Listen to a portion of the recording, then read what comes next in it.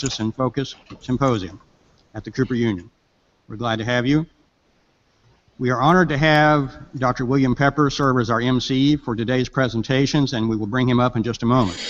Before we do, I have the distinct privilege of being able to provide you some background on our distinguished MC. Dr. William Pepper is an attorney based in New York City and Oxford, England. He is most noted for his work in proving the innocence of James Earl Ray in the assassination of Martin Luther King Jr. and Sirhan Sirhan in the assassination of Robert F. Kennedy. He received his BA degree and MA degree from Columbia University, his EDD, Doctor of Education degree from University of Massachusetts, and JD Law degree from Boston College. He was admitted to the bar in 1977. He is also admitted to practice as a barrister in the United Kingdom. His primary work is international commercial law. He has represented governments in the Middle East, Africa, South America, and Asia. William Pepper is heavily involved in human rights law, and for a time convened the International Human Rights Seminar at Oxford University, during which time individuals such as Hugo Chavez, the president of Venezuela, accepted invitations to address the seminar. William Pepper was a friend of Martin Luther King in the last year of Dr. King's life. Martin Luther King Jr. contacted William Pepper after seeing a photo essay that Mr. Pepper had published entitled "The Children of Vietnam," published in January 1967, an issue of Ramparts magazine depicting the victims of napalm in Vietnam. William Pepper later stated that that contact contributed to Mr. King's, Dr. King's more adamant position against the Vietnam War. William Pepper was present at Dr. King's April 4th, 1967 Riverside Church speech, in which Dr. King launched a strong campaign against the war. William Pepper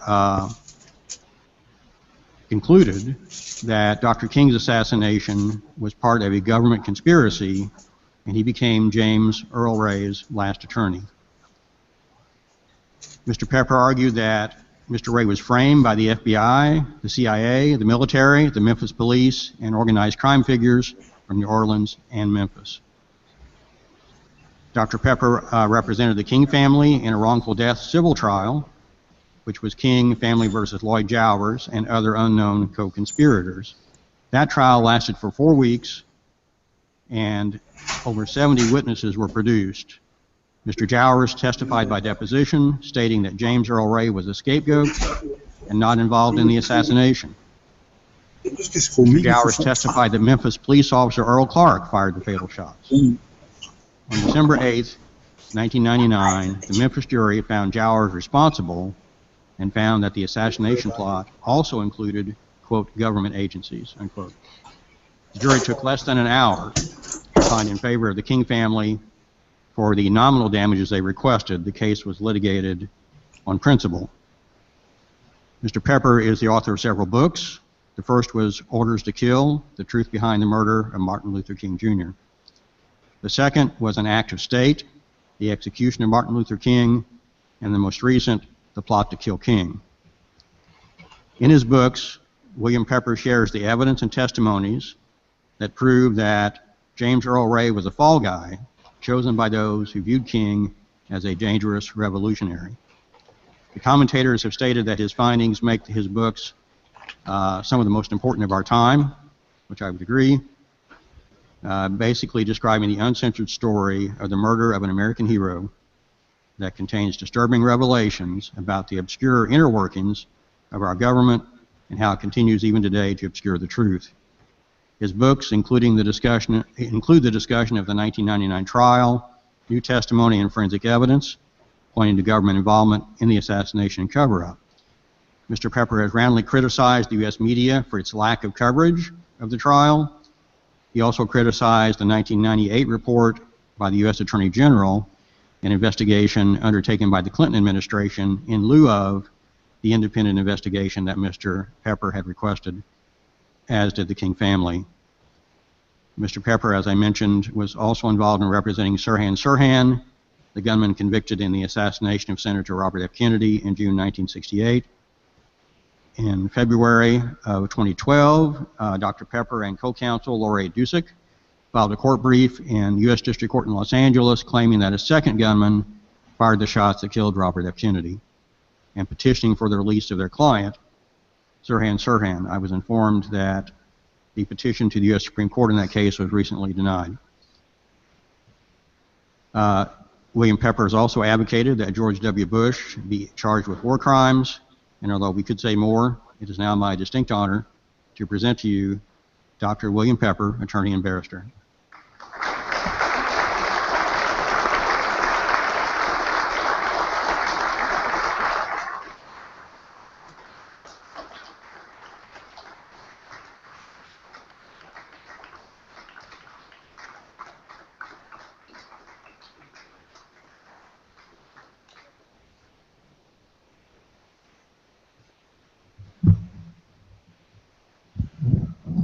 Thank you very much, Mick. Good morning, and thank you for coming. Like many of you, I have not done any intensive investigation of 9/11. I have instead followed the work of many of the people who are panelists here who participated yesterday and who will participate today. And I'm here out of respect for their work that has gone on over a period of 15 years now. I mean specifically the architects and engineers under Richard Gage, all of the panel of lawyers, Mick Diamond and Mitch Harrison, the whole team of lawyers. And I understand yesterday's very exciting event and uplifting event that involved lawyers of the quality of Dan Sheehan and others. So I'm very, very pleased to come here out of respect for the work of these people. And I think it's important to understand right at the outset that this work and that which will go on for many years has been categorically demeaned, criticized, and distorted by the ruling forces in this country and the government of the day. Thanks to the work of a professor of political science, Lance DeHaven Smith, we learned that this effort has been underway since 1964, formally underway since 1964. There was a CIA dispatch in '64 that was primarily designed to discredit critics of the John F. Kennedy assassination. That dispatch is 1035-960. It was designed to establish a program that would discredit and to coin the phrase conspiracy theorists, and to apply conspiracy theorists to any individual or group who chose to criticize, in that instance, the Warren Commission report. But beyond that, in later years, any effort at all to bring truth to the assassinations that took place in the 60s. Now, it's important to put that into the context of 9/11, because whatever you do here, and all of the work and the excellent work that has been done here, will be coined that way. And it has to be overcome. It has to be understood that that program is still in effect. And they will have applied it to all of the work that the architects and engineers have done, that the lawyers and the lawyer panels have done. Because that opened up, 9/11 changed not only what happens in this country, but it changed the world. And it gave us, in the American ruling structure, gave us a paradigm for endless war. And we live with that today. It began, of course, in the more immediate sense, it began with the falling of the Marat building in 1995. I was in Oxford, office in London at the time, and I received in the mail an unsigned schematic that was drafted by, supposedly drafted by, a member of the Corps of Engineers who said his conscience would not allow him to rest and he wanted it to be known that they wired the Murat building. Now, the McVeigh-Nichols bomb blew the face off the building, but the actual bomb wiring resulted in the major destruction and death. So it started there. It continued with the first bomb in the World Trade Center, and then, of course, the catastrophic 9/11 events that we are commemorating today, slightly less than an hour ago from this point in time. I've had a fair amount of personal experience with respect to the implementation of this program, because I've been involved in the, quite accidentally starting, in the assassination of Martin King for about 39 years. The final book, The Plot to Kill King, is the end of the story. That's it at this point in time. I don't think there's anything more that needs to be reported. But my actual involvement with this disinformation activity on the part of government started back in 1967, after I had returned from Vietnam and published the piece. Thanks. I'd published a piece in Ramparts magazine, which Martin King saw and which brought us together for the last year of his life. I was invited to go to Look magazine to see Bill Atwood, who many of you may recall was the managing editor and publisher of Look magazine.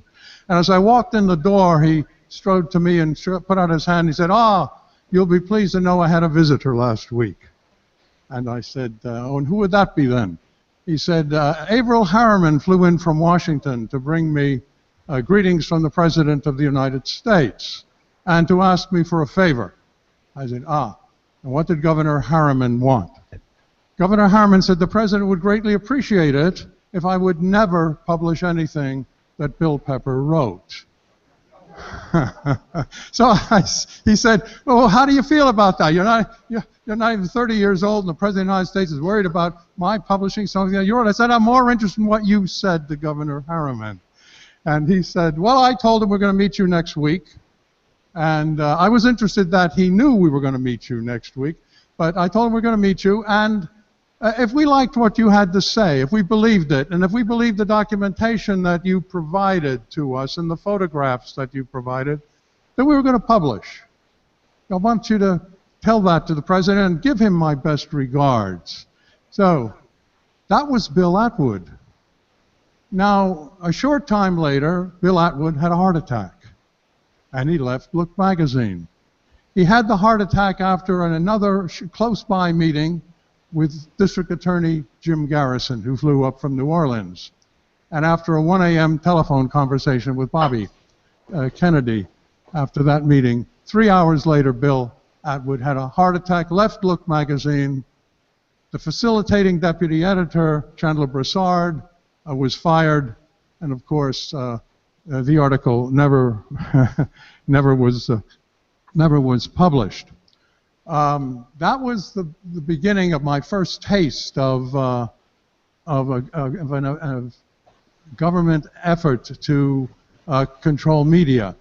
But since then, we have learned very clearly that the consolidation of control over the American media is virtually complete. We don't have Bill Atwoods around much anymore at all. The 1999 trial that was mentioned by Mick was to have been broadcast over court TV. They pulled out. Every time the weighty evidence started to come in 1999 now, that's 17 years ago, the mainstream media people got up and left the room. They stayed when Coretta King testified or Andy Young or one of the family, but they left whenever the serious witnesses were about to speak. So it became pretty clear that they were not going to cover that. And one whole chapter of the last final book that I've done on this case deals with media disinformation. and it's important for you to understand it.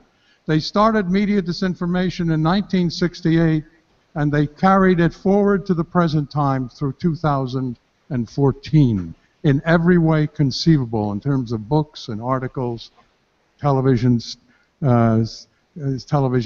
programs, and the like, to put forward the disinformation. Carl Bernstein taught us back in 1978 that the CIA had 400 agents attached to American media.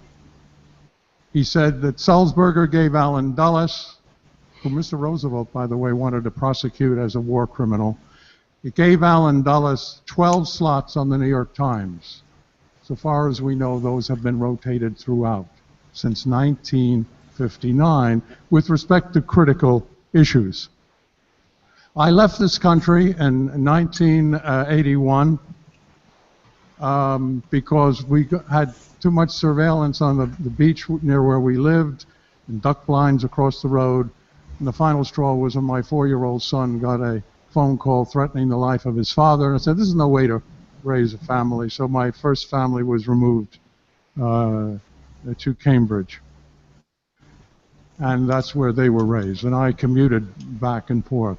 That was all that I could do. So have no illusions about penetrating mainstream media. Do everything you can, obviously, to get this story out. But please have no illusions with respect to that.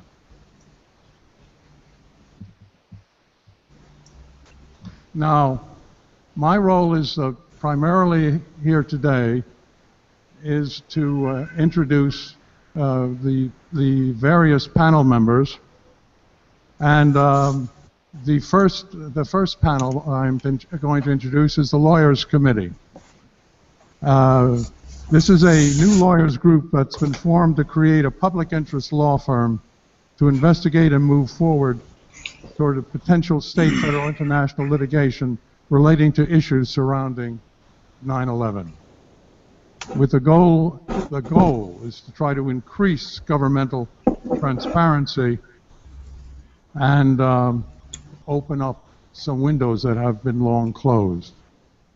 So I'm going to ask Mitch Harrison if you will introduce the members of the actual panel. Thank you very much.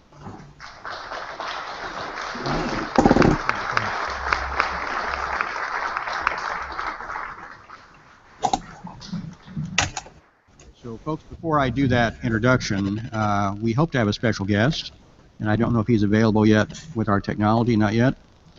So, should we go ahead with our panel and then, okay, so we'll go ahead with our lawyers panel, and we do have a surprise special guest which we hope to present to you after the panel, and hopefully my colleague will give me a cue. My colleague will give me a cue when we can do that.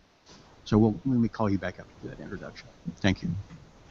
So, let me just do a very quick statement here. We have Bill Jacoby here, Secretary of the Lawyers Committee for 9/11 Inquiry. We have Jane Clark here, our Chair of the Lawyers Committee for 9/11 Inquiry. We have Michael Diamond, a board member of the Lawyers Committee for 9/11 Inquiry, and I'll ask them to just say a few words about their background before they tell you more about who we are and what we're trying to do.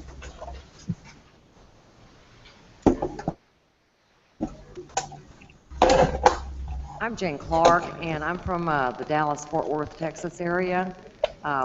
We got started with the group, and I kind of want to give you a little background on that. In 2014, which was thanks to Richard Gage, we had a paralegal by the name of Susan Watkins, which I'd like to dedicate to today to this panel. She died about 3 or 4 months after. Under sad circumstances, but she did start contacting all the lawyers, and those lawyers were people that had signed Richard's petition. So we were more prone to understand that this is not something that's, normal that happened on 9/11. We started looking into, well, we met each other, we talked to other lawyers, they started coming to our calls. We called once a week. It was every Sunday. And we talked for about an hour, got to know each other, got to start talking about how we're going to investigate 9/11 from a legal point of view. And when we started looking at, well, what's happened already, we looked at the Southern District of New York, and we found that all the cases on 9/11 were going to the Southern District of New York. So we were, well, as lawyers, you kind of go where the case has been damaged. So if it's Washington, D.C., it should be in D.C. If it's Pennsylvania, it should be there. But what we found out was the Transportation Stabilization Act, which was passed 11 days after 9/11. Now, it takes time to write these bills. This was 11 days after 9/11 by an Arkansas sole congressman. That put into place limits on caps on how much could be recovered against the airlines because they knew they were going to be sued.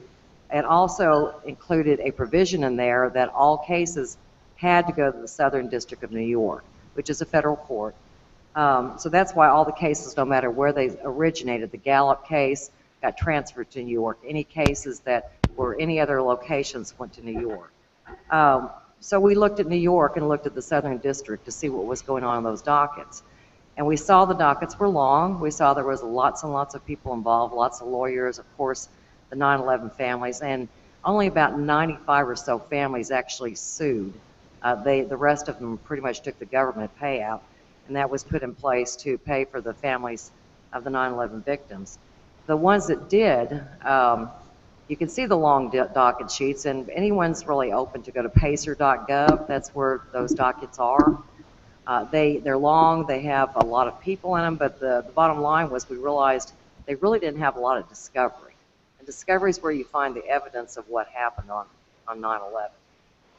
What happened to not most, all those cases was they were sealed, they were settled by a professional mediator, they were sealed, and we don't really know most of what happened to those cases. However, one plaintiff got the judge mad. I think that's why he left hers open. And she had sued maybe 5 or 6 individuals in the transportation industry, entities, not really individuals. And so when you settle a case, it's called a compromise settlement agreement.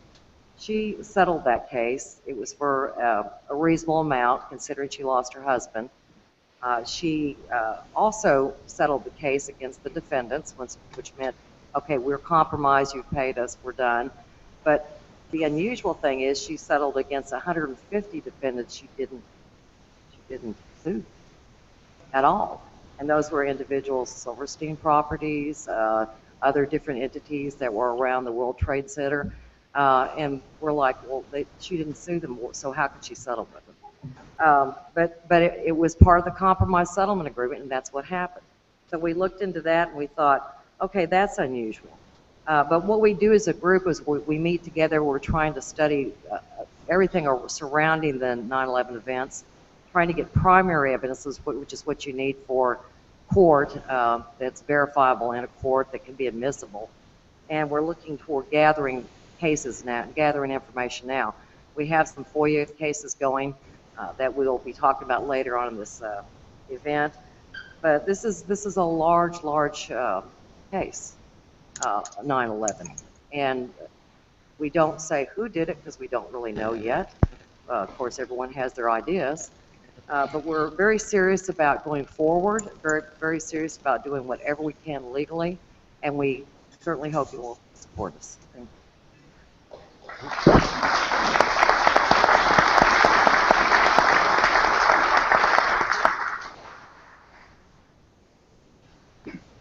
Hi, I'm Bill Jacoby. I'm involved with the Truth Action Project, as well as proudly with this organization. I'm a retired attorney and manager of various things, too long to talk about. I was reflecting that 59 years after Abraham Lincoln spoke from this stage, the National Association for Advancement of Colored People was formed. Those intervening years, during those 59 years, of course, Abraham Lincoln was assassinated, and his life's work, the passage of the 13th, 14th, and 15th Amendments, had been adopted at the cost of 600,000 soldiers' lives. But all those accomplishments were severely rolled back in the intervening years as the economic interests of the South came back from the dead, so to speak, after having all their property, quote unquote, their property rights and those slaves suspended. And by 1909, the African American community of the United States was living in perilous circumstances in a reign of terror. Bombings, lynchings, denial of rights. The few black representatives in Congress that there had been were frightened from office and chased out by intimidation. But the NAACP was formed, and it took 22 more years before their first staff attorney, Nathan Margold, developed a strategic plan to overturn the legal precedent of Plessy versus Ferguson from the 1890s, which established the principle of, quote, separate but equal, and which enshrined segregation as the root law of the land. So the Margold Plan was written in about 1930, I believe, and the NAACP Legal Defense Fund was formed shortly thereafter. So we had an interesting theory of social change here. We had a grassroots organization formed under perilous circumstances at a dire time, and then we found that we see a legal defense fund, basically a public interest law firm, being established in close symbiosis with that grassroots organization. It took about 24 more years of the leadership of the Legal Defense Fund with the NAACP, but the Legal Defense Fund was headed first by Charles Houston and then by Thurgood Marshall to achieve their victory in Brown versus Board of Education. Those were 24 years of depression and war, of course. It was a difficult time, particularly for the supporters of the NAACP. But triumph they did in that regard. So we are trying to work on to build on the shoulders of those giants. And yesterday you saw the launch of the Truth Action Project, an effort to build a grassroots organization focused on 9/11. And today you're witnessing the launch of the Lawyers Committee for 9/11 inquiry. Now, I think it seems to me that neither of these organizations will fully succeed without the other. The NAACP, the NAACP Legal Defense Fund could not have survived without a dedicated core of grassroots supporters, not only for fundraising, which was important, but also to be there with the placards and the signs and the letters to the editors and whatever other kind of support was needed when attorneys faced the kinds of obstacles that William Pepper continued to experience in all those intervening years. So lawyers really they can perform miracles, but they can't perform miracles without support from the community.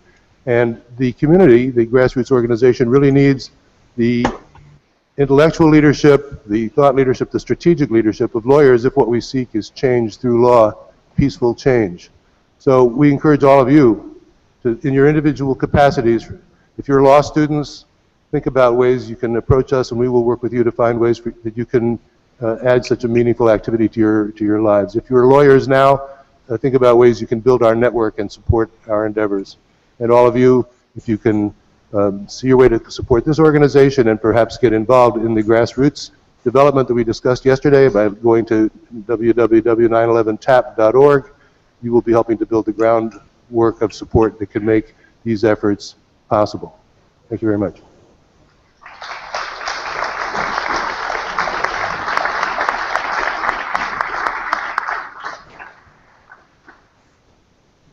I'm Michael Diamond. Can't hear you. I'm Michael Diamond.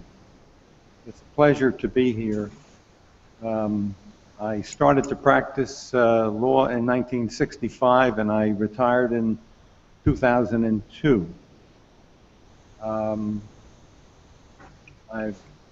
Toward the end of my practice, I began to devote some time to environmental policy, done a lot of writing.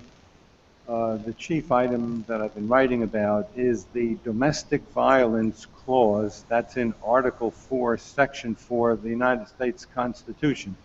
It is the civil emergency provision, and I say that it has relevance to our environmental emergency at this time. Yesterday, when I was in this hall and Danny Sheehan spoke, it was an incredible, incredible talk, a lighting up of the road ahead that showed us the difficulties that we're going to face. We can't make any headway at all unless we understand, appreciate those difficulties. And if I got him right, he wanted us to make necessary changes in order to be able to come out with a victory. One of the changes, necessary changes, is that he would have us think things anew, like Lincoln requested that we think things anew. And one of the changes that I had in mind as I was sitting there listening to him is that we, all of us, every lawyer, every state, every part of the country, we have to be more mindful of our oaths to protect the Constitution of the United States. Look what happened when we lawyers disregarded that oath. There was no rule of law. There was only chaos. Chaos like existed in the 12th century before the famous Magna Carta. Back then, in the 12th century, the sovereign could kill us with impunity. Well, isn't that what happened on 9/11? Back then,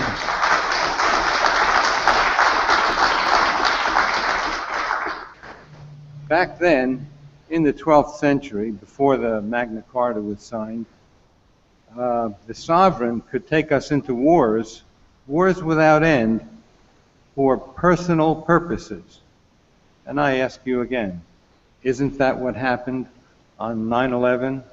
Wars for oil in Afghanistan, Iraq, Syria, Yemen, the list goes on. So, lawyers, as I recall us from the beginning, are extremely proud of our skills at sifting through evidence. And we're proud of the rational decision-making that goes into making sense of that evidence. But we, the lawyers, from the 1960s that I recall, didn't feel duty-bound to bother with what was happening around us. Illegal wars all over the world, including Vietnam, Korea. The world was in bondage, and we lawyers took no mind. We didn't bother because we didn't feel duty-bound to the Constitution to sift and analyze. Well, there's no better time to hold lawyers to their constitutional oath to protect the Constitution, better said, to protect the rule of law. Wars that go on endlessly are stealing the resources we shall need to assure survival on a habitable planet.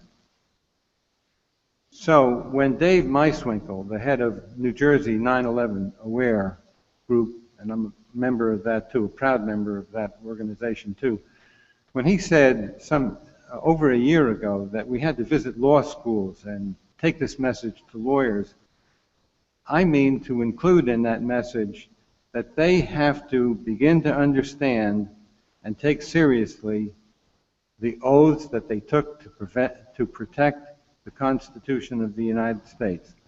I think that we all should do the same thing wherever we are.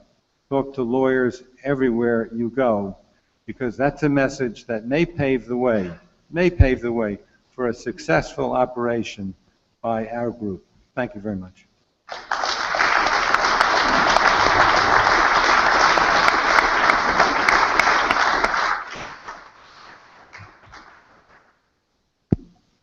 So, folks, before we go to our next presentation, I guess it's time for me to take the surprise out of the surprise guest. We're having some logistics problems getting our surprise guest hooked up by Skype, but I will tell you now that we hope to have at some point during the day a short address by former Attorney General of the United States, Ramsey Clark.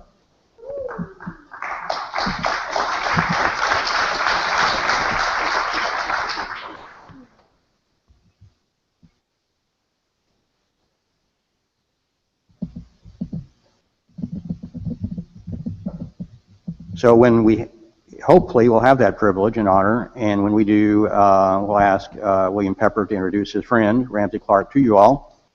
But we have to work out the logistics. So I apologize for that delay. It was not part of the planned program, but because Ramsey indicated his willingness, we thought we should make an effort. So we'll get back to that. In the meantime, my colleague Yvonne Bushyhead, JD, who was a law school classmate of mine, was on this panel, scheduled to be on this panel, but she is helping us with Attorney General Clark. So she's not here at the moment. So I just want to take a minute before we go to our next panel to say a couple of things I think Yvonne would have liked to have said to you. Yvonne is a Native American woman from the Cherokee tribe. We went to law school together. Before, during, and after her law school experience, she worked with attorney William Kunstler, and who is now deceased, but many of you may know his good works over the years on many public interest causes. And she worked with Mr. Kunstler on the Leonard Peltier Defense Committee and other matters. She has been an advocate for Native American rights for a long time and has held a number of positions of public interest and public administration serving Native peoples. I think what she would have wanted to say to you is that even though the presentations you're hearing, both from scientists and lawyers, will appear at times very technical, both scientifically and legally, that ultimately we're all involved in this because of very personal commitments, either to our oath to protect the Constitution as lawyers, or because of the emotional impact of this event on us as human beings, or both. And she did relay to me a story, which I hope she doesn't mind me recounting, which is a member of her tribe lost a family member in the destruction of the buildings on 9/11. And she said the family members, because they don't really yet know what to believe about what really happened, that they've not really been able to get closure. And so one of our goals is to help all of them get closure. So thank you, and we'll now move to our next panel.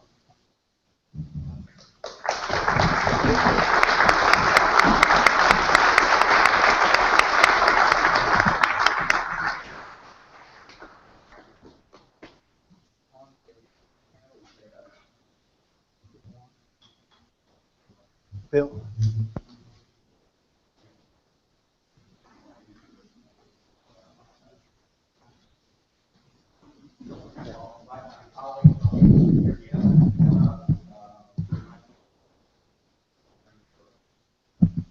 We're going to move ahead and introduce the panels for the first presentation of evidence.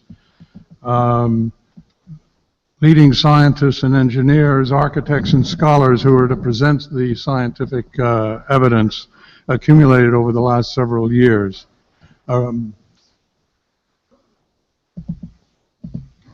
Richard, do you want to introduce your group? No, introduce them. Okay.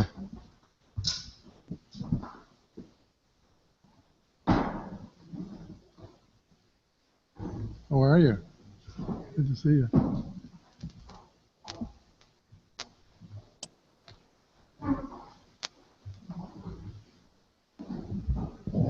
Well, the presenters are architect Richard Gage, engineer Tony Szamboti, engineer Leroy Hulsey, mathematician David Chandler, engineer John Cole, chemist Dr. Niels Harrit, structural engineer Stephen Dusterwald, and firefighter Eric Lawyer.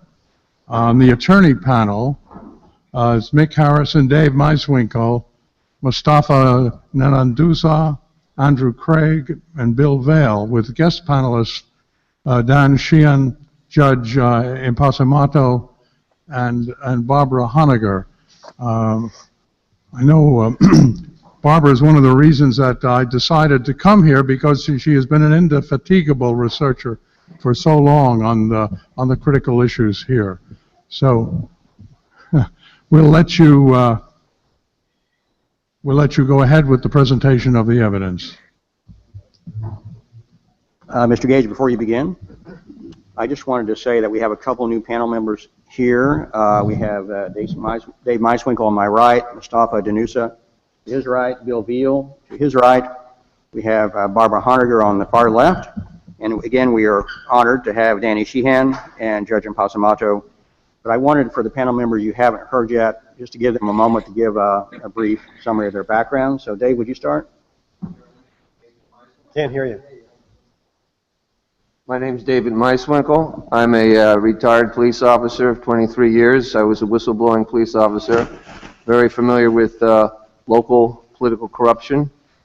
I practiced in a town which probably was had the most powerful political machine in New Jersey at one time. I've been a lawyer since 1989. I work primarily in the criminal law field with poor people, with indigenous people, with people that the public defender represents. I began a organization in New Jersey called New Jersey 9/11 Aware, which the primary goal is to push for a new 9/11 investigation. Thank you very much for being here.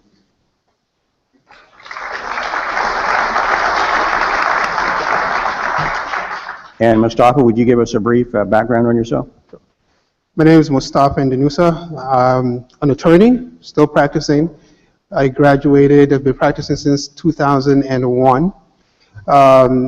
When I graduated, I started working for legal services, representing people, poor people who suffered from mental disease, people in the mental hygiene industry, for about 5 years in landlord-tenant cases. So, for pretty much most of my career, I've been representing people who are in need of legal services.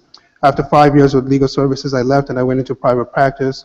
I've been doing basically general litigation. I guess my expertise would be in litigation. And myself and Bill, who will introduce himself shortly, were part of the team of lawyers that represented April Gallup in one of the 9/11 cases against different government officials. Other than that, I mean, that's pretty much the kind of work that I do, and I'm happy to be part of this panel.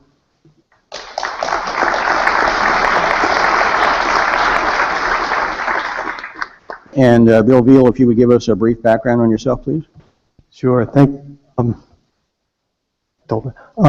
My name's Bill Veal. I was a public defender for 3 decades in California. I retired as chief assistant. I spent most of that time trying death penalty cases and the like in California. I became ensnared by 9/11 when a colleague of mine threw David Ray Griffin's book across the desk at me. It literally fell in my lap.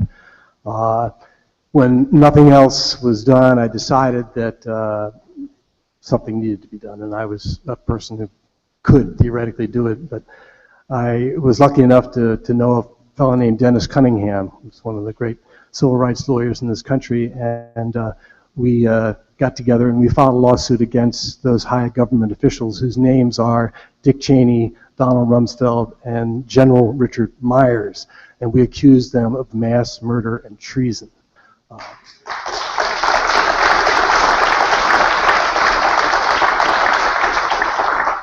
If you stick around long enough, I'll tell you about how that all went later on today. Thank you, Bill. And Ms. Honegger, would you tell us a bit about yourself, and then we'll get to Mr. Craig. Yes, introduce yourself, please. Me? Is that on? Okay. Do I have? Keep it. Okay. Well,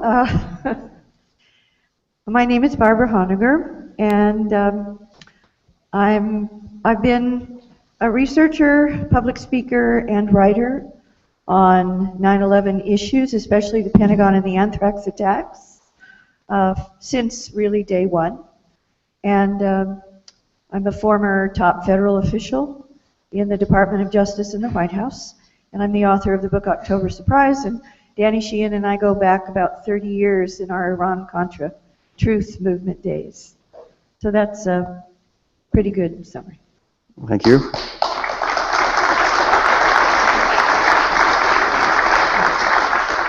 Hi, I'm Andrew Craig. I've been an attorney for 25 years based in Washington, D.C. Previously, I was law clerk to a prominent federal judge in Boston who had a number of significant cases, including on the mafia. leadership and investigating the Justice Department when he found a lot of wrongdoing in the Justice Department.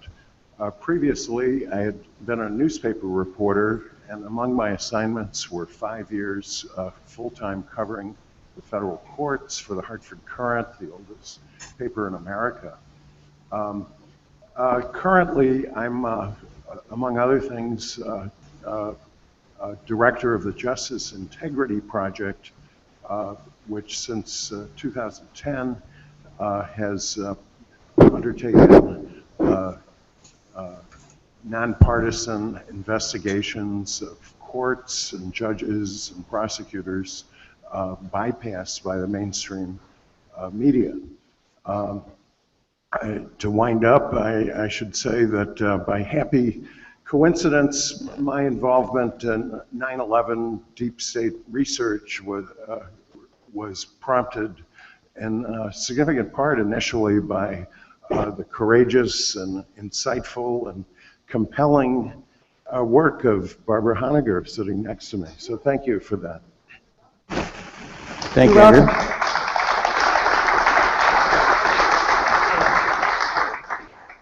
Before we begin with the evidentiary presentations by Richard Gage and his colleagues, I just want to say again, we're very honored to have Danny Sheehan with us today, who's a nationally known public interest lawyer of long standing, and Judge Fernando Impacimato, who's with us again, honorary Supreme Court Justice of Italy.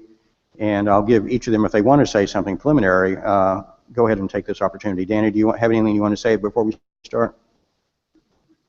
Just briefly. Our jobs as the attorneys are to... Okay. Okay. That our job as the attorneys are to, as was pointed out earlier, to filter this information and evidence and constantly hold it up to the federal rules of civil procedure, the rules of admissibility, et cetera, so that we can, as consultants to the Lawyers Committee, we can be advising on what type of evidence is needed to prove essential elements of specific statutory provisions. And so that but our job is to not get over technical about that, so that we can translate it to the regular American people, so that we can understand what the facts are that we are all willing to stand by and assert and present to a court in a filing. And Bill and I have been discussing this earlier, that the challenge here is that under the new terrorism statute that gives standing to private people to bring these lawsuits without having to rely upon the government to do their own investigations and bring their own cases, that the Seventh Circuit Court of Appeals has already ruled that there needs to be a much higher standard of specificity of the evidence that you're going to be required to present in order to get any discovery from the courts, because the courts are not going to provide the help in the discovery process that would normally be required by the federal rules of civil procedure. And so this higher standard that we have to meet, it's going to be our job as the lawyers consulting with the committee to say, look, you may think that the regular rules of law apply in that you have adequate information here, but you don't yet. And so therefore more is needed, and it's our job to help point out what that information is. So we're going to be listening here today in the second day of our gathering to the nature of the information and evidence that we have to try to offer our assistance to determine what additional work may need to be undertaken. That's what we're here for today. Thank you, Danny. And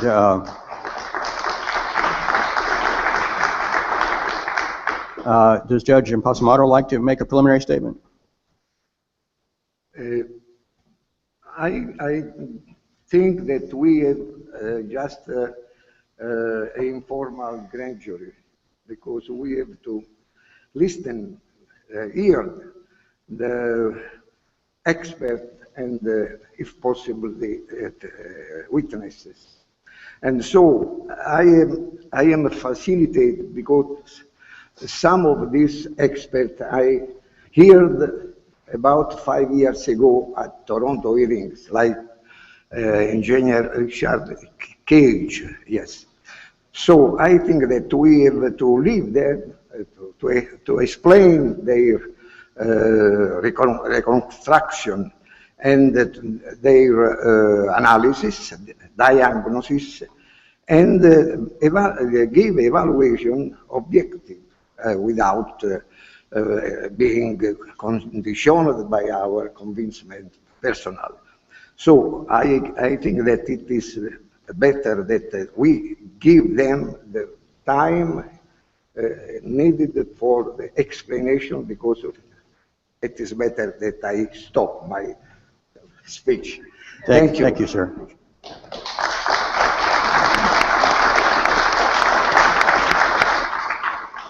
So now, on behalf of the Lawyers Committee for 9/11 Inquiry and our special guest, we invite Richard Gage and his scientists, engineers, and architects to present the evidence to us as they understand it. Mr. Gage.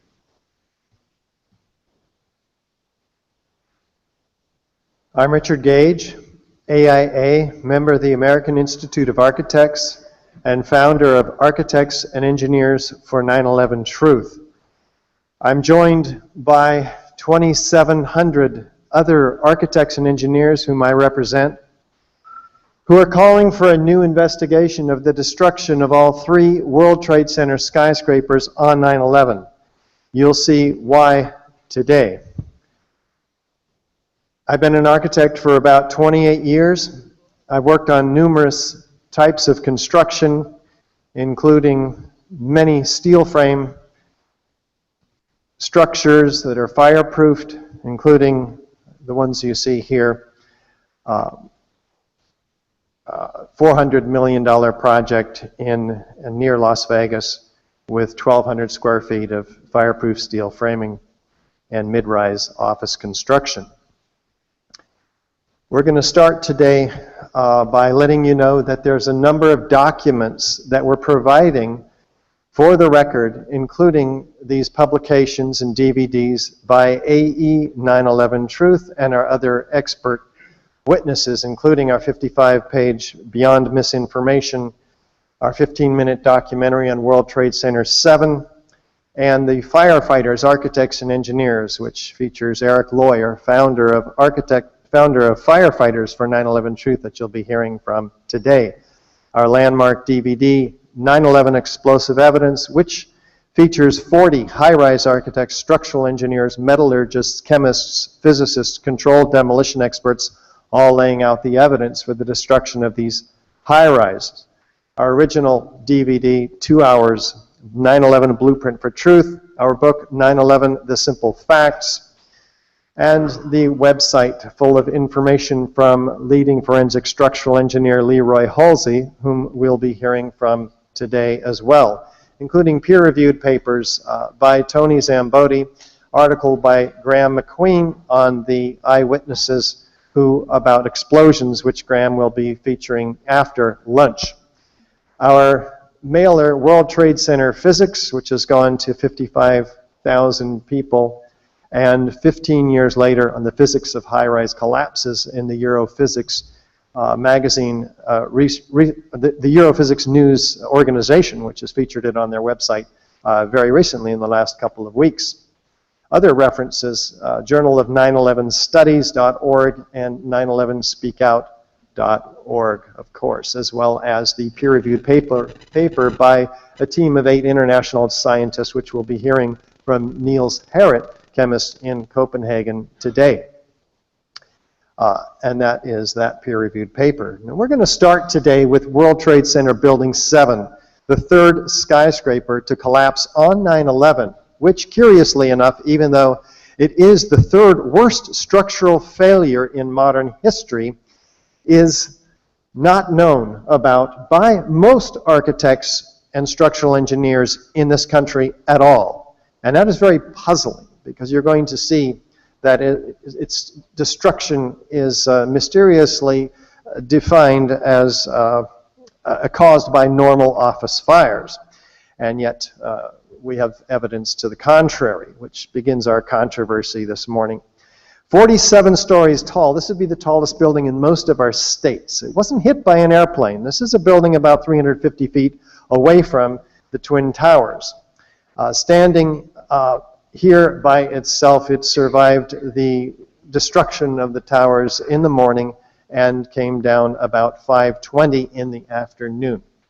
We're going to be looking at the evidence for explosive demolition with respect to this building. Beginning with, is there a sudden onset of destruction at the base of this building? Well, let's take a look, maybe our first look for many of us, at the destruction of this building, narrated by Dan Rather on CBS that afternoon. And what you're seeing are high shots. Now, here we're going to show you a videotape of the collapse itself. Describe that. Now we go to videotape, the collapse of this building.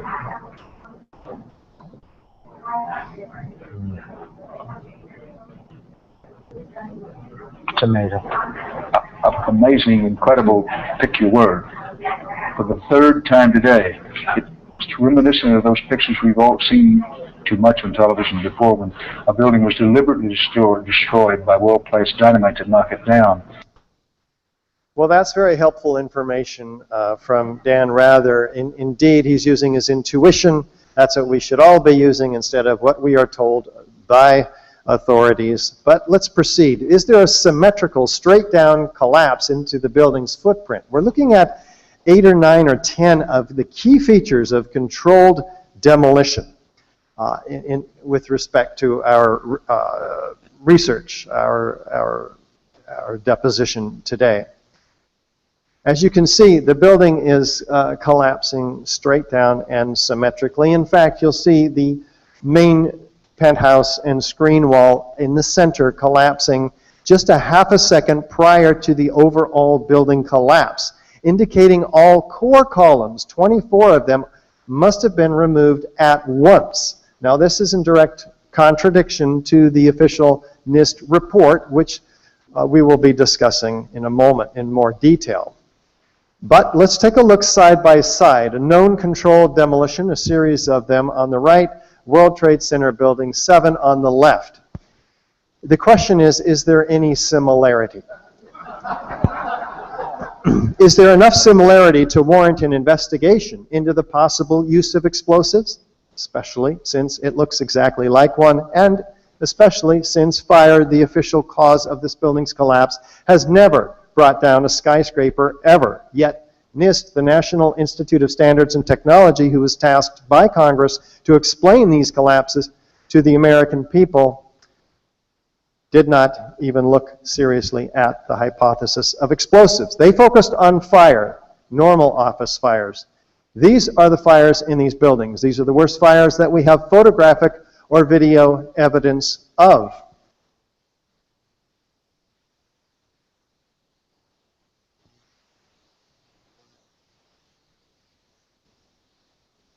And they are going on till about 3 or 4 o'clock in the afternoon. Yet at 4 o'clock or so, these fires are burned out on the 12th and 13th floor, where NIST cites the initiation of collapse began.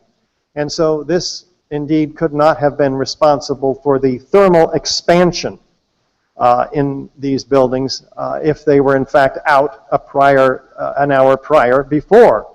On the left, on the right, you see NIST's fire progression simulation. At 4 o'clock, they cite massive fires at column number 79, the focus of their initiation of collapse. Yet on the left, what you see is the AE 9/11 truth simulation, which shows that those fires, according to the photographs and the videos that we have, show the fires moved on well before the collapse, an hour before the collapse of this building began.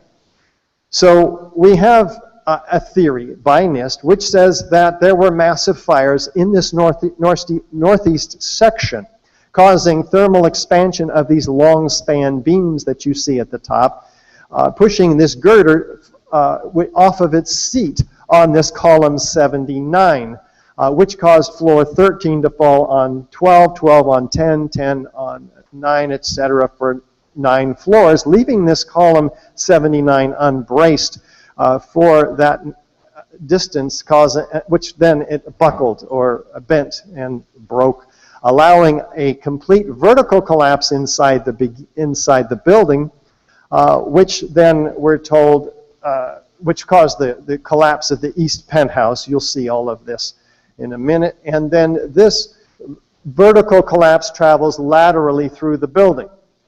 Here to give us more detail on that theory and the evidence contrary to it is Tony Szamboti, mechanical engineer who's spent 26 years doing structural engineering for aircraft, spacecraft, and support equipment. Please welcome Tony Szamboti. Hold the mic. What do you have to hold? It's live. Okay. Yeah, appreciate you having me here. I want to thank the lawyers and other officials here, former officials, for stepping up to this. I think the engineering critiques have been done, and it's time for you guys to get involved. As you can see, I have 26 years of experience in the aerospace industry doing structural design. Let's go forward. Okay, this is just a quick overview of Building 7. I think everybody probably here has seen this. It was a very large building, had 75% of the volume of the Empire State Building, which might make you realize how big this building was. It was trapezoidal. There was a substation on the first 2 floors in the back, on the north side. And you can see a lot of people say it was built over the substation. It was actually built through it. The foundation caissons and the columns go through it. And it had 82 columns, 24 interior, 58 exterior. This gives you another idea how big the building is. You're looking down the north interior side. You're only seeing half of the building between these 2 pictures. One's on the longitudinal north side, and the other's on the east interior side, east side. Here's I like this picture because the NIST report tries to say that Building 7 experienced a lot of damage from the North Tower, which was the second to fall. In the picture, you can see a large piece of debris coming off the North Tower, and it's quite a distance from Building 7. That large debris would not fly that far, 350 feet. And here you can see the light debris zone, heavy debris zone. It did suffer some damage, very light. And here's NIST, the NIST model of it. And then down in the lower left corner, they say 7 columns were severed. In order to sever those columns, each one of those columns would have to be hit by 10,000-pound loads in a sweet spot. And I'm not the only one saying that. Dr. Robert Corll has done an analysis on that also. NIST has no evidence for this. They say in their transcript of their initial brief, they did it with and without debris models, and they said it's probably somewhere in between, which when you sift through that, you're going to realize that they don't have evidence for all those columns being severed like that. And this is what they say happened. This is a little more detailed. We're trying to get you in. I realize you don't need to remember all these details. Realize we're here for you, and the consultancy can take place later on. I'm just going to go through it so you get an idea of what's happening. In the northeast corner, which is the upper right and the upper figure, there's 5 beams in red. They're saying push that girder to the left off its seat at column 79, which is the corner core column, you'll see. And down in the inset, you'll see where they try to show the girder in the seat. They say the girder is pushed off its seat so that the web is past the seat, and that the load is just on the flange, which is only the thinner part of the I-beam, and that can't handle the load, and it folds up and fails. There's a cascade of floors, leaving this column unsupported, and I go through that. Ultimately, it causes the floors to fail. They say it goes down 8 floors, and that leaves it unsupported from the north. And then they say that the girder connections coming in from both the west and the south also failed due to thermal expansion, causing column 79 to buckle, precipitating an east to west interior collapse. The entire interior collapsed, and then we had an exterior shell, which on the lower right, you're going to see that's the NIST model. That's the without debris model. The with debris model has a little less deformation, but it's similar. And then we don't see that kind of deformation. You saw, Richard showed you the video of the collapse. You don't see that kind of deformation. And this is a little more detail. That girder, if it had shear studs, would be much harder to push off its seat. And this denied there were shear studs. This fellow in the upper left, his name's John Salvarinas. He was an engineer for Frankel Steel, who was the erector of the building in the 80s. He wrote a paper that he submitted to the Canadian Structural Engineering Conference in 86, and he said there was typically 30 shear studs on that girder. And this denied that, said he gave no reference. It turned out there was a lawsuit in the appeals court, U.S. Circuit Court of Appeals, against Larry Silverstein and World Trade Center 7 Properties, and one of the, it was admitted that there were 30 shear studs on that girder. So NIST lied about those shear studs. Whoever wrote the NIST report lied, I should say. And this is just giving an idea of how hard it is to get that girder to walk off that seat. They have to heat the beams. They're pushing it to 600 degrees centigrade. That's a little over 1100 Fahrenheit. And you can't expand more than 5.7 inches. Well, they said in the report that the girder seat was only 11 inches wide because you can only get 5.5 inches of expansion. Turned out when the drawings were released 3.5 years later, the seat was 12 inches wide. That's all you want. What do you hear more? They don't consider any expansion to the east. All expansion goes to the west in their scenario. That doesn't happen in real life. They also omitted, one thing we found out when we got the drawings, they omitted these stiffeners that you see highlighted in red in the lower left. The upper left is the depiction in the NIST report. You don't see those stiffeners that you see in the two lower wireframe images or figures. There's a solid model on the left. You can see those stiffeners. The upper right is the NIST figure in the NIST report, no stiffeners. Now those stiffeners are very important because they make that flange about 85 to 90 times stronger than it would be without them. Okay, it's sort of, if you remember when you were a kid and you had the 12-inch ruler, when you bent it like a diving board, it was easy to bend. Turn it 90 degrees and try to bend it across the stiff part. It doesn't work. That's what the stiffeners do. They took them off. And Dr. Pepper wrote a letter to the U.S. Commerce Department, and we documented this and asked them about it, and they said, we stand behind our work. We don't agree with your assertions. That was it. Surreal. Here's a picture taken during construction, and the inset, you can see the stiffeners on that girder, down in the lower left. This is a finite element analysis showing you how low the stress would be. Okay, you can see that you're looking from the back of column 79 there. Don't worry about it if you don't have your bearings on it. The stress is extremely low, and even if the girder was heated to 500 or 600 degrees, it would still have a very significant factor of safety.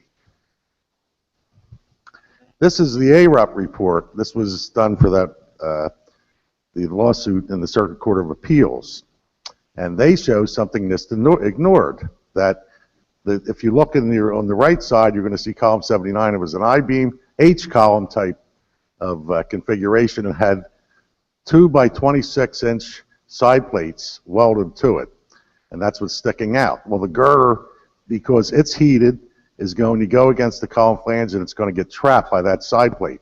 It can't get past it, and that's what the ARUP analysis shows, and that's honest. And it also shows those other girders coming in from the west and the south are stable. It says it right in their report. Okay. Another thing the ARUP analysis did was give us an opportunity to look at this. They said the floors cascaded downward, or when the girder fell, it hit the next floor down and sheared the girder seat on that, and there was a cascade of floors. The ARUP analysis, it turned out there was an error in it. The fellow gave an infinite stiffness. He used a point load. And in reality, when that girder hits, it's going to deflect. When something deflects, it has a lot less of a shock load. It can't break through the next floor down. I did an analysis. I'm not going to walk you all through this. I'm just showing you there was detailed analysis done. You determine the natural frequency. You can determine the stiffness of the girder and beam assembly. And lo and behold, it takes 632,000 pounds to shear the seat on the girder below. The impact load, even though it's 46,000 pounds of weight, it's going to hit it with about 200,000 in impact. It's an amplified load. It's nowhere near the 632,000 needed to shear that seat. And we can prove this. So the false assumptions used in this World Trade Center 7 report, just to summarize, to make their collapse initiation hypothesis seem plausible. No shear studs on the girder, and that has to have been a lie. And if not a lie, a great deal of negligence. The girder seat they are saying was 11 inches, was actually 12. And that's very suspicious because they could only get 5.5 inches of expansion. Why would they change that? They had all the expansion going to the west. They left off the girder stiffeners. And when we talked to them about it, they says, oh, well, our analysis said we didn't need them. How could it not need them? And they said the thermally expanded girder could move past the column 79 side plate. Actually, they ignored the side plate. That's what they're saying. That's their assumption. The west and south girders, column 79, had their connections broken. That's very interesting because on the 10th floor, there's no fire. So you need about six floors to be unsupported on this column 79 to have it start to go into buckling.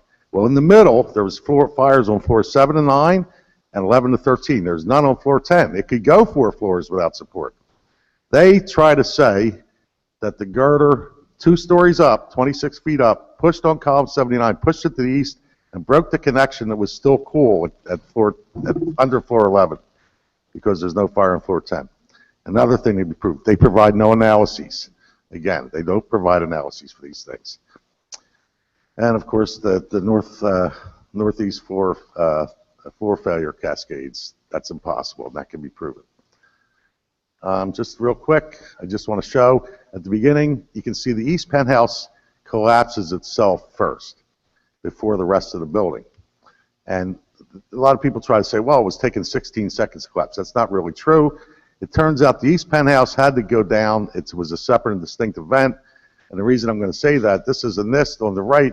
NIST removed column 79. They show a kink in that penthouse. On the left is the actual photo.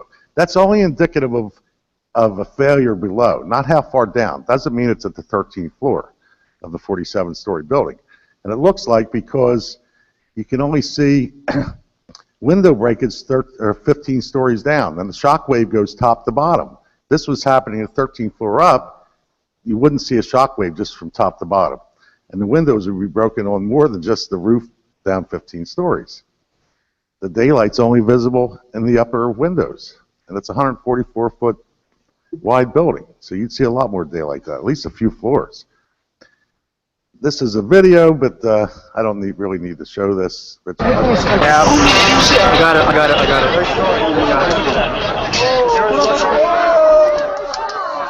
All right, you see how the dust only comes down when the whole building comes down? And this is trying to say the whole east side interior had collapsed first and then went to the west. If that had happened, you'd see dust coming out of the windows. So it can't be that that whole east side collapsed. In addition to the other things, like I said, the shock wave is top to bottom. You only get windows broken from the roof down 15 stories. So let's go to the next slide. Yeah. Okay. Sure I will. Yeah. A little slower? Okay. All right, I will. I understand. I realize, Dan, that it's a lot to take in at one time. I'm not asking you to do that. I think what you have to realize is just be aware there's serious problems, and we're here for you, and we can get it, imbue you more thoroughly later on. Okay, what I'm trying to say here, this is also a video. Richard, if you can show this real quick. Okay, you see all 4 corners come down. Richard will show you a video. This is a quick video. They all come down simultaneously. It's a symmetric collapse. And what the NIST wants to say is this was a hollow shell after the whole interior collapsed, and that the collapse started on the southwest corner where that debris damage was, and the columns buckled sequentially over 2 seconds. Now, 2 seconds of gravitational acceleration is like 64 feet. Do you think you see a difference of 64 feet between one corner and the next? I don't. Okay? So if we go back to the text, Richard, I just want to say that's it. Okay. So the east side interior, if they had collapsed 6 seconds before the full building, you'd have seen significant deformation.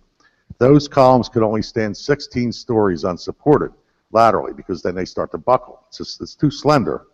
You don't see any deformation in the real collapse. In this model, you do. Okay, so the video shows that the columns failed simultaneously with the whole building, not sequentially from one side to the other over a 2-second time period. That can't occur due to a progressive interior collapse east to west. What's happening is the entire core, 24 columns, have to be coming down at one time, or starting in the center within a fraction of a second, all 24 core columns. That'll pull the exterior columns in simultaneously over the whole building. And when they're slender, like if 8 stories are taken out of the core, you're going to have 9 stories, or 117 to 120 feet, of slender columns in the exterior being pulled in. And what happens is called snap-through buckling. They just give up the ghost. And that's what happened. Okay, and I think you're going to hear from David Chandler later on. He's the one that forced the admission that it was in free fall. Thank you very much, Tony. Okay.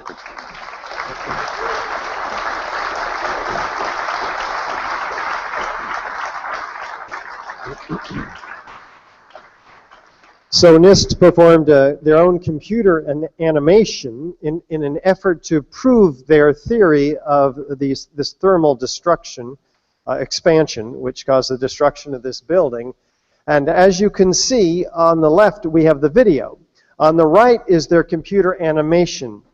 There is no similarity, as Tony began to describe. In fact, their own computer animation completely disproves their theory. Even the computer model begins to tip over, as any natural collapse would.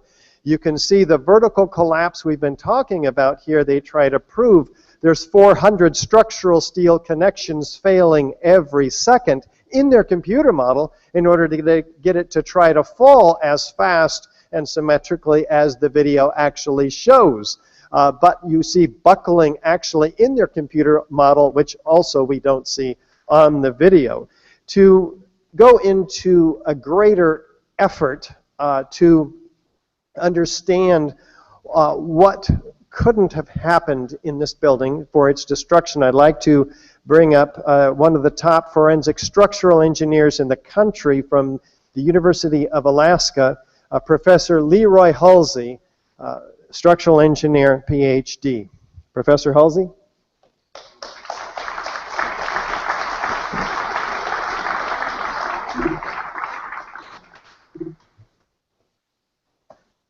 Good afternoon. Do I push this down? No. Okay. Good afternoon. It's a pleasure to be here today, and thank you all for giving me the opportunity to be here. Under forensic structural engineer up above, it says Las Vegas, Nevada. That's not true. Fairbanks, Alaska is true. So I want to just kind of give you a little bit of an insight of who I am and kind of give you some background before I get into this presentation. I'm actually also a licensed structural engineer. I have been in the business some 40 years. I've worked on, as an expert, the Avenues of America building, the United Nations building, the Dean Dome in North Carolina, and a number of other structures around the country.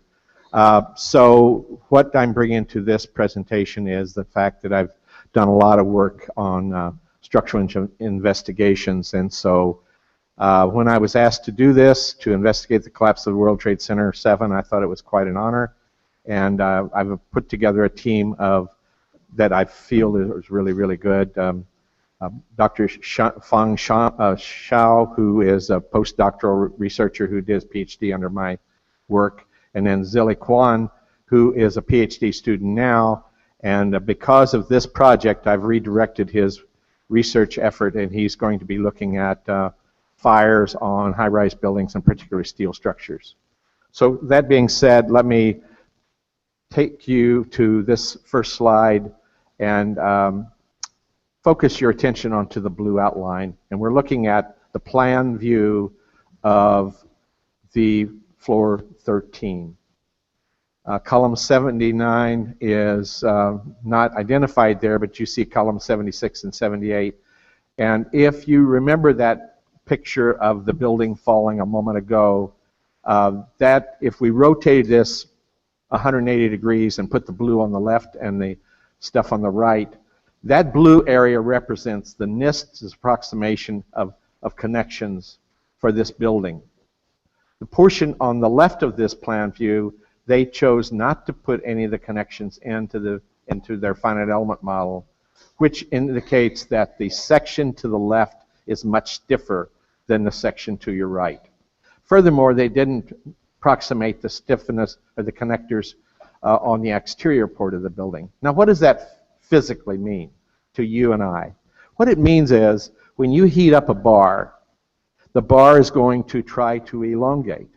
And it will elongate without resistance, no matter what, unless there's some place that's stiffer than another. If it's fixed on one end and free on the other, it's going to move to the right, imagining fixed being on your left.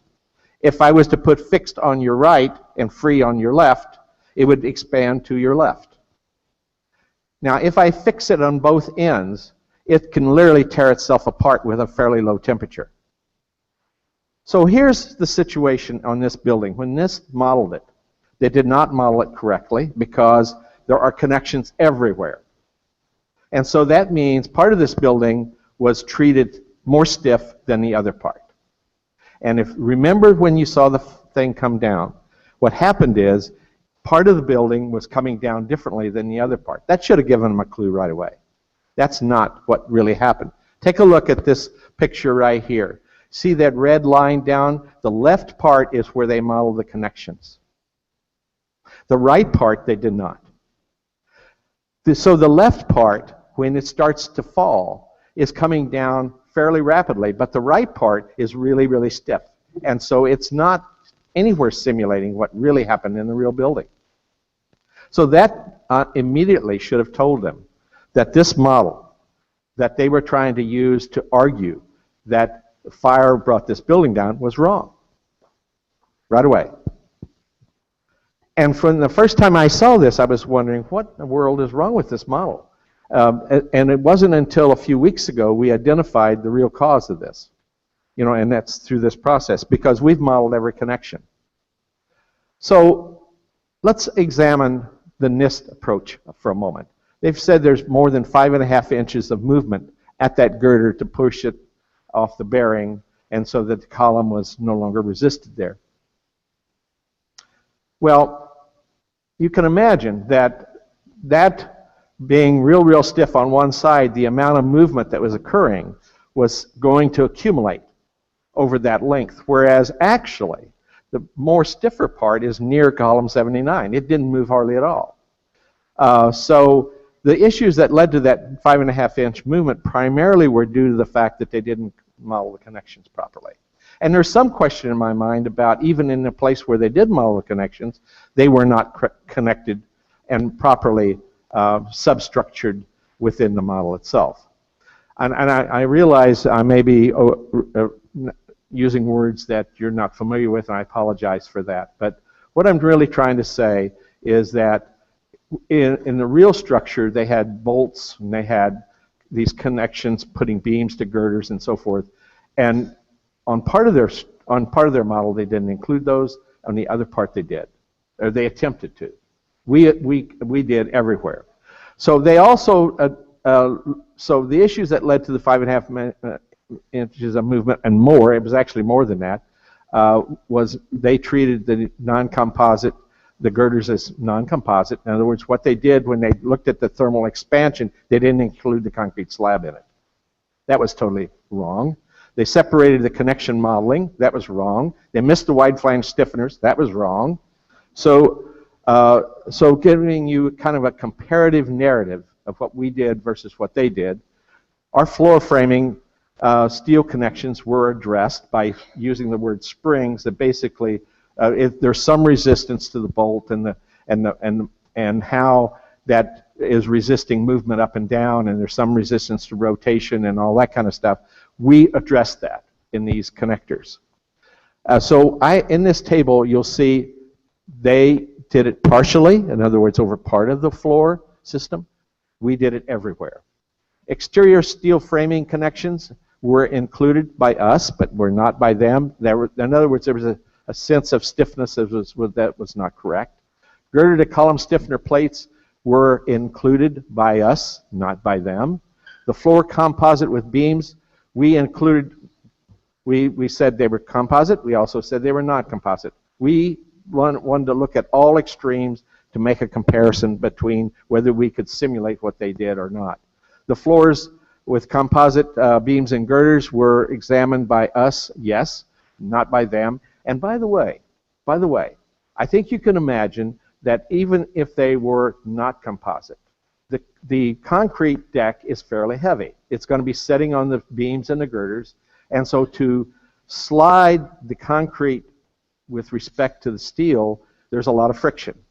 And so it's going to take a huge amount of effort to make that happen, to slide without those two working together. And our analysis shows that that couldn't have happened. Okay? The thermal expansion of the concrete deck was included by us. It was not by them. Thermal conductivity and expansion for the material properties, we included what we believe to be the aggregate that was used in the construction. And the aggregate type significantly affects the thermal conductivity and the thermal expansion of the concrete. So we tried to make sure that we had an understanding of what may have occurred truly on that day. The thermal horizontal movement of column 79 was, it was more than 5.5 inches. I gave them credit here, it was more than that. But it was less than 2 inches by us. And let me also share with you this. We had a quality control program on every single day. My students, my PhD, my doctoral graduate and my PhD student, we meet every single day. We talk about what we've done. We criticize each other's effort. We make sure that we can justify every piece scientifically. And then, and so as part of this, we use 2 different computer finite element programs, 2 different ones. And we did that for a reason. We cross-checked each other's work through looking at each other's models, and then we also ran them using 2 different programs. One of these gave us 1.9 some inches plus inches, and the other one was 1.85 inches instead of the 2 inches. That's why I said it's, so both programs gave us less than 2 inches. Dr. Hulsey, let me ask you a question. You've listed here for us 8 or 10 very specific things that they didn't do or that they did incorrectly. Based on your own professional judgment, do you think that that falls within the realm of simple incompetence, or do you believe that this demonstrates a pattern that is so gross that it had to have been done intentionally? I don't know the answer to that. I don't know how anybody could think that this was a cover-up and know anything about finite elements and know structural engineering to think that they could get away with that. Right, but if one of your PhD students submitted this to you, would you have flunked them? Yes. We're going to go straight to this slide now, and I got to go on. Okay.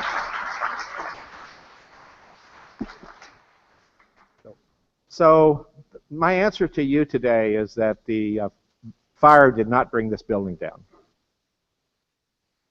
Thank you all for giving me the opportunity to present for you. Can we ask a question? Can we ask a question? Yeah. Would it be all right? Yes.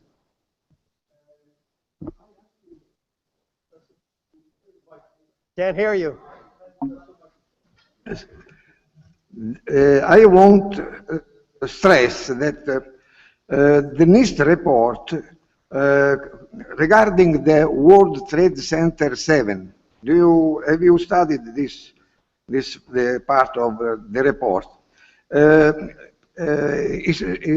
Other firms state that the collapse fell was due to the thermal expansion of the structural steel. And after it all, that the World Trade Center 7 fell because of the fires provoked by the diesel fuel and from debris.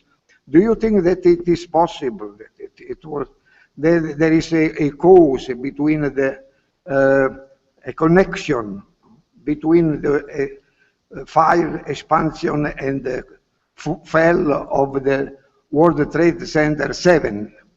What do you think about this affirmation, statement of NIST. Have you read this? If I understood what you're saying correctly, I do not believe that there is any possibility that could have happened that way. Let me ask this: if you could, on a scale of 1 to 100, what do you think the possibility is of this particular building failing with the data with regard to these specific fires? On a scale of 1 to 100, how probable do you think it is, or how possible do you think it is that this building could have collapsed simply because of the fires? 0. Yeah, if you could, my reaction to what you've had to say is, of course. And in fact, as soon as you were given the problem of trying to just study, why this building went down, it seems like you didn't really need to do anything. You could have looked at the video and seen and come to a conclusion at that time. Wouldn't you agree that that's true? I would agree that I knew that there was something wrong with that computer model. Okay. I did not know I did not know whether it was a fire-related issue or not. All right. What I'm asking you is, you knew that was controlled demolition as soon as you saw it the first time. I can't say that, and I won't even say that yet today.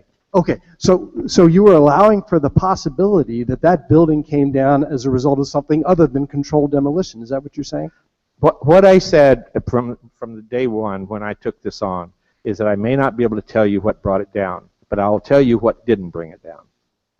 Okay, but I'm not, it seems to me that it's obvious simply from looking at the video that that's controlled demolition. Dan Rather didn't make that up, because he was being creative. He was reacting to his knowledge of life and his views of these things happening for as many times as he'd seen them. And I want to know if that was not your state of mind when you took on this problem. Let me be very clear. I have a requirement to put away whatever my feelings might be and present to you pure science on what we're going to end up with. So we're not done with this. What we're going to look at are a lot of possible scenarios that may bring this building down, including pulling out columns as we move forth in the next few months. I will be able to tell you, when I get through this process, a lot more about this issue. And then it'll be based on a science answer, not on my feelings.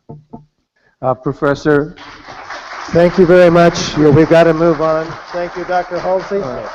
Thank you.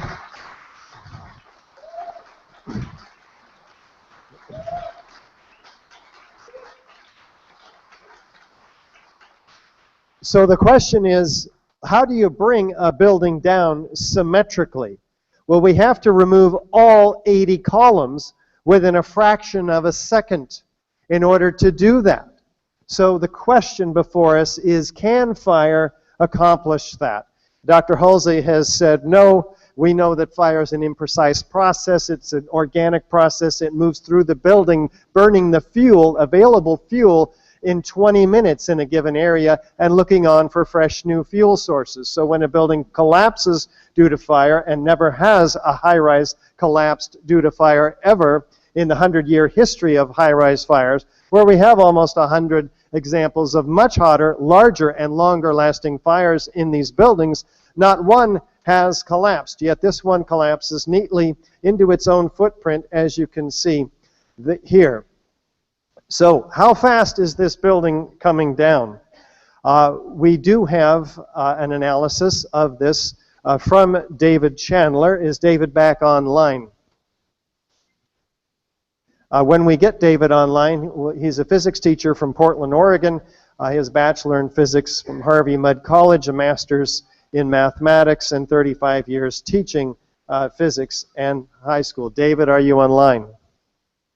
We'll come back to David, and we'll be doing all... David has performed an analysis here. Here he is on video, and hopefully he'll be back by this time. Take a look. In August of 2008, NIST released the final draft for public comment of their analysis of the collapse of World Trade Center Building 7. They claimed in that report that Building 7 came down 40% slower than freefall. To support their calculation, they gave the height of the 29th floor and the height of the roof line of the building measured from some baseline. Their measurement was completely erroneous and based on transparently false assumptions. However, I was able to use their height measurements to do my own analysis with a valid method. I used software designed for use in the physics classroom that could track the motion of an object frame by frame. I marked the position of the northwest corner of the building at intervals of 0.2 of a second. From that data, I was able to compute the downward velocity as a function of time. The slope of a velocity versus time graph gives the acceleration. Measuring the slope, I found it to be 9.88 meters per second squared, which is within 1% of the acknowledged acceleration of gravity. So for the first 2.5 seconds, the motion of the building was indistinguishable from absolute freefall. The building fell down through its own structure with zero resistance. There would normally be tremendous resistance, but in this case, it was somehow removed. If something is dropping at freefall, it is converting all of its potential energy into kinetic energy. There is no extra energy available to do anything else. All of the breaking, bending, crushing, and throwing things around had to be done using some other energy source. The energy for that activity could not have come from the free-falling building. During that 2.5 seconds of absolute freefall, the building fell through 8 floors or over 100 feet. I made my measurements public on YouTube, and a number of us made official requests for NIST to correct their analysis. In the end, NIST changed the analysis in their final report to acknowledge freefall. That is tantamount to an admission that explosives were used. But NIST attempted to cloud the issue, and in defiance of all logic, continues to this day to deny the significance of that finding. Very important. It's as if 8 stories of this building were magically, suddenly removed. There was 40,000 tons of structural steel in this building, keeping it from going anywhere. 5 times stronger than it needed to be to hold up this building for its life. At this point, I'd like to call upon structural engineer from Las Vegas, Stephen Dusterwald, this time with 43 years of experience, 28 years as owner of his own firm, designing nuclear power plants, large commercial and industrial buildings. Mr. Steve Dusterwald. Steve? Hi, Richard. Basically, the primary problem that I see is the speed of these collapses. The alloys used in structural steel are ductile. The metallurgists design certain properties into the alloys, and one of those is ductility. And ductility is the ability of the material to absorb energy through deformation. And the opposite of a ductile material is a brittle material. And a brittle material just breaks with the application of stress. A ductile material deforms and deflects. And essentially, this is the protection of the public safety. If a building is overloaded, these large deformations would give evidence of structural distress to the occupants and would give them time to evacuate the structure. But again, the ductility of these materials would make them stretch and deform as they absorb the energy. There's two, you can see on that slide, there's on the left-hand side, there's an elastic range and a plastic range. In the elastic range, it acts like a spring. As you add the load, the member deflects. As you remove the load, the member comes back to its original size and shape. If you stress the member to the yield point, the deformation increases with no increase in load. It just stretches like taffy No increase in load with constantly increasing deformation. And only at the very end of the plastic range, there's a process called strain hardening where the slip planes lock up, and that's when the material finally fails. So for the structural members to go through the entire elastic range and the entire plastic range and then fail, it would take matters at least 5 seconds or 10 seconds, and these deformations would be progressively larger as you went down, and it couldn't happen this fast with a ductile material. Thank you, Steve. Very helpful. Steve Dusterwald, structural engineer from Las Vegas. So, Mr. Gage, Mr. Gage, one moment. We have word from Attorney General Ramsey Clark that he will be able to join us at noon. So at your convenience, when we get to noon, if you would take a break. I do apologize for the interruption of your presentation. That's fine. Thank you so much.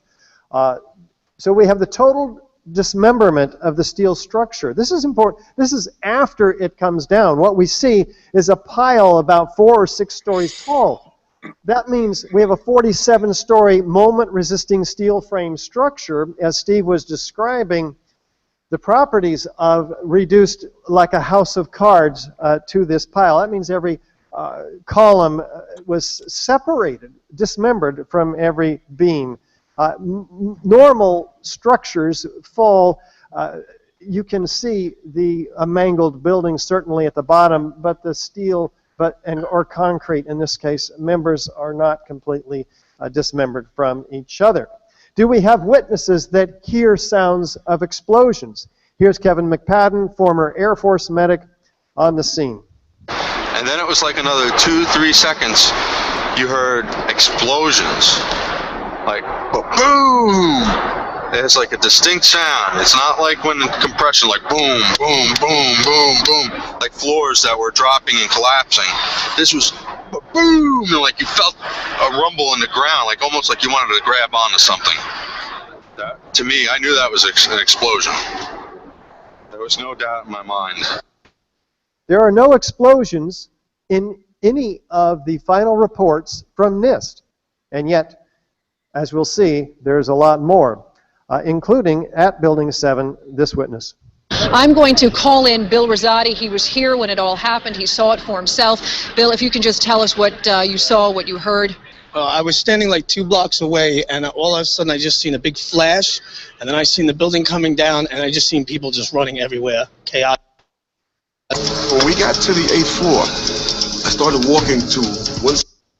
And this gentleman, Barry Jennings, who was working in the building, and the building had been evacuated after the towers were hit by the planes, but before they came down. This is Barry Jennings working with the Department of Housing. He and Mayor Giuliani's attorney, Michael Hess, went back into the building, not realizing what had happened here. This is their experience.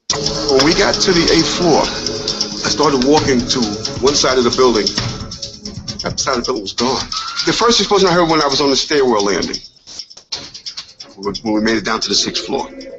Then we made it back to the 8th floor. I heard some more explosions. Also the sound? Like a boom. Like an explosion. More than one? Yes. We started walking down the stairs. We made it to the 8th floor. Big explosion. Blew us back into the 8th floor. When we get outside, a police officer comes to me and says, you have to run. We have more information of bombs, so you have to run. And this explosion heard by first responders in the afternoon of 9/11 adjacent to Building 7. Yeah, here's one of the guys who can tell you I'm okay, all right? Here, hold on. You want to call your mother or something? No explosions in any of the official reports, though. Do we have enormous pyroclastic-like clouds of pulverized concrete? In fact, we're suggested by the National Fire Protection Association, NFA 921, to look for large volumes of gas and the large amount of heat released in chemical explosions, causing rapidly expanding plumes of hot gases, as we see here racing away from Building 7 at 35 miles an hour in every direction from the collapse of that building. Much more heat expanding these plumes, cauliflower-shaped plumes from these rapidly expanding gases. Much more heat than we saw in those small fires in Building 7. Do we have evidence of chemical cutter charges or thermite or explosives? Well, Stephen Jones has asked me to convey to you his condolences. He's come down with a condition where laryngitis, and so we're going to be looking at the results of some of his work and others. He has 26 years of experience as a nuclear physicist and has been a researcher early on in the 9/11 Truth Movement, and has pointed us to the official report, FEMA, the Appendix C, from the Building Performance Assessment Team report, May 2002, the report that came out early on about Building 7. Appendix C documents some very interesting phenomena here, never before observed in building fires: eutectic reactions, intergranular melting, solid steel girder turning to Swiss cheese, as you see here, gaping holes larger than a silver dollar, and razor thinness from these eutectic reactions, very carefully documented, as you see here. This is not accomplished by normal office fires. We're talking rapid oxidation, sulfidation, and melting of steel. Liquid iron, that's liquid molten iron, takes 2,800 degrees Fahrenheit to melt iron. These office fires were maybe 600 degrees, possibly 1,000 degrees Fahrenheit, less than a third or a quarter of that required to perform this attack on the steel, which is so carefully documented in this meticulous report that NIST, when they took over the investigation in 2002, threw out and did not appear in their final report. The mysterious sulfidation, is documented by the New York Times, as perhaps the deepest mystery uncovered in the investigation. Where did the sulfur come from? They don't know. Even structural engineer Abulhassan Astani Azal, who had unlimited access to the Fresh Kills landfill, documents this attack on the girder, which he says he saw and documented, of course, at the collapse at the bottom of the debris pile in Building 7. And to look at this phenomena more carefully, we're going to turn to experiment. And John Cole, no less than any other, has done some very important experiments for us. He's the owner of his own civil engineering firm, 30 years of experience in construction management, bridge, utility, and infrastructure design. Please welcome John Cole from Sarasota, Florida.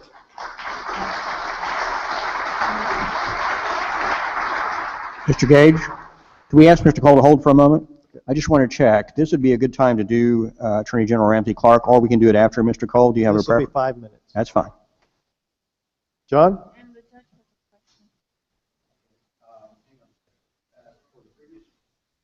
I would like to ask Mr. David Chandler a question.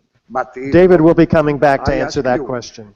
I want to know if it is true that the NIST was obliged to agree on the fact that the main portion of the collapse took place in 6 seconds, and then he modified his final report. If it is true this, and also if it is true that Chandler noted that free fall can happen only if the resistance to the movement is 0, as he told. So it is important to know what was the final report of the NIST in face the observation of Mr. Chandler. Go ahead, David. Do you want me to answer now? Yeah, go ahead. Okay. In August of 2008, NIST was claiming the building came down 40% slower than free fall. And that was completely fictitious. It's easy, it's visible, it's public, it's out in plain view. and I measured it using a simple video measuring tool, and basically showed that for the first 2.5 seconds, it came down at absolute free fall. It wasn't just even approximate, it was on the money. So I basically challenged NIST on that. In their final report, they actually acknowledged that it came down. They said 2.25 seconds of free fall, but they completely sidestepped the implications. And they simply said that this was compatible, this was consistent with their analysis. They hadn't changed their analysis between those two reports. Previously, they were saying it could not come down at free fall, and they were making all kinds of efforts to try and make it appear that it was coming down much slower than free fall. But in fact, yes, they did agree to the fact of free fall, even though they denied the implications. Thank you, David. And we'll be going to John now, and then we'll come back to our special guest. John Cole. Well, thank you. Thank you for allowing me to speak here. Experiment is really the core of the scientific method. It's really the key to science. When you make a hypothesis, you must be able to back it up and either prove it through real-world experiments or real happenings that we see with other events. An experiment cannot be replaced with computer models or mathematics unless the mathematics and computer models are confirmed by experiment. So what I tried to do is I looked at several different issues on 9/11, and through the years put together a series of experiments to either confirm or prove wrong various hypotheses. And so if we can go to the next slide, please.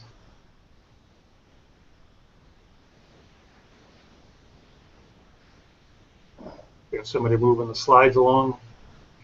Okay. So my first experiment is I wanted to test a claim that was made regarding that sulfur. Dr. Stephen Jones was just mentioned that there was a strange sulfur that was found in eutectic formations that came from the gypsum drywall. The claim was from the BBC, since nobody could answer it and NIST never addressed it, that the gypsum came from, that the sulfur came from gypsum drywall. And I think on the next slide, this is what we were told by the mainstream experts. Whoop, back up one.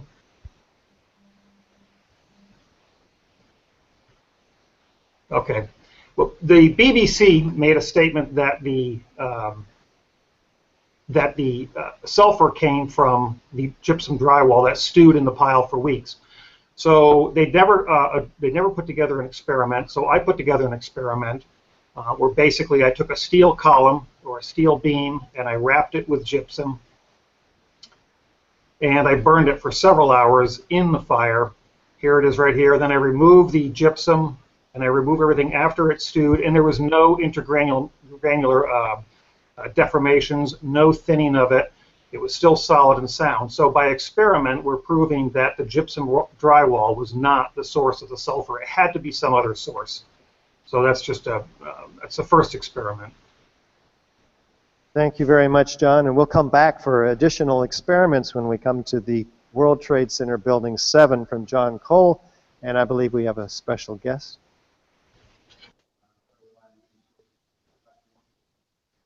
Alan, let's proceed. Are we ready, Alan? Shall we have Mr. Pepper introduce our special guest?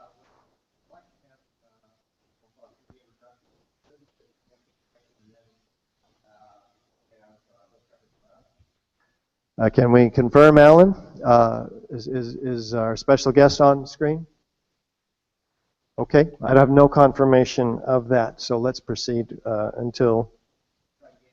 Yeah, you bet. Any time. Could I ask one question here? Yes. This issue of the thermite and the thermate, the difference is that is the only evidence we have of that is the existence of this sulfidation, the sulfur. No, you'll see. What other elements are in thermite? You'll be seeing a lot of evidence real quick here. So does that answer your question? Yeah, I just wanted, I think we should address that. Say that Yeah, we will. There's other elements in the thermite that have been found in addition to the sulfur. There's a lot of evidence coming up, you bet.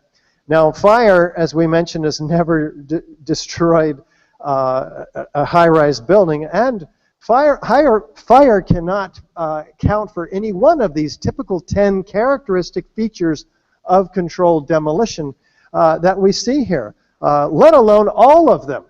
And if there was a collapse of a building due to fire, we would expect it to be from like Building 5, which had thoroughly engulfed in fires. Did it come down? No.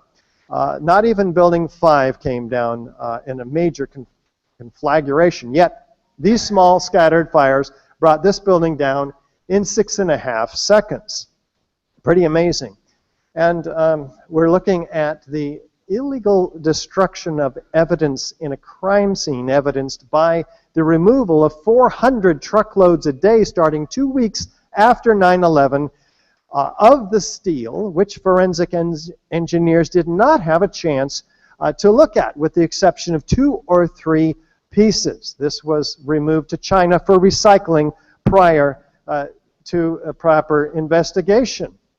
And prompting Bill Manning, editor-in-chief of Fire Engineering magazine, to cite crucial evidence that could answer many questions is on the slow boat to China, showing an astounding ignorance of government officials to the value of a thorough scientific investigation. The destruction and removal of evidence must stop immediately. And did it? No. What do the other experts say? Controlled demolition experts, for instance, in this country? Well, in this country, they seem to have ties to the federal government where most of their work comes from. So we have not achieved independent, unbiased opinions from them. But outside the country, the top European controlled demolition expert, Danny Jawenko, 27 years controlled in the industry, he's shown on a laptop Building 7 coming down before he knows what it is. What does he say? Well, it starts from below. They've simply blown away the columns. It's a controlled demolition. A team of experts did this. It's professional work, without any doubt. Well, then they say, well, did you know this came down on 9/11? And he says, no, really? And he said, yeah, here it is. It's the third tower that came down. He's, my God, he didn't know what to say. He says, well, they must have worked very fast. Of course, it takes months and to engineer, plan, and place explosives in these buildings. So relative to Building 7, we've looked at key evidence, at least 10 key characteristic features of controlled demolition. Fire can't explain any one of them, yet alone all 10 of them. With additional corroborating and circumstantial evidence, we believe at AE 9/11 Truth that this is proof of controlled demolition beyond a reasonable doubt. You will have the opportunity to make up your minds. And before we go to the World Trade Center towers, we'll check in with Alan once more and see if our guest is back. No, he's not here yet. We're still trying to get him. All right, thank you so much.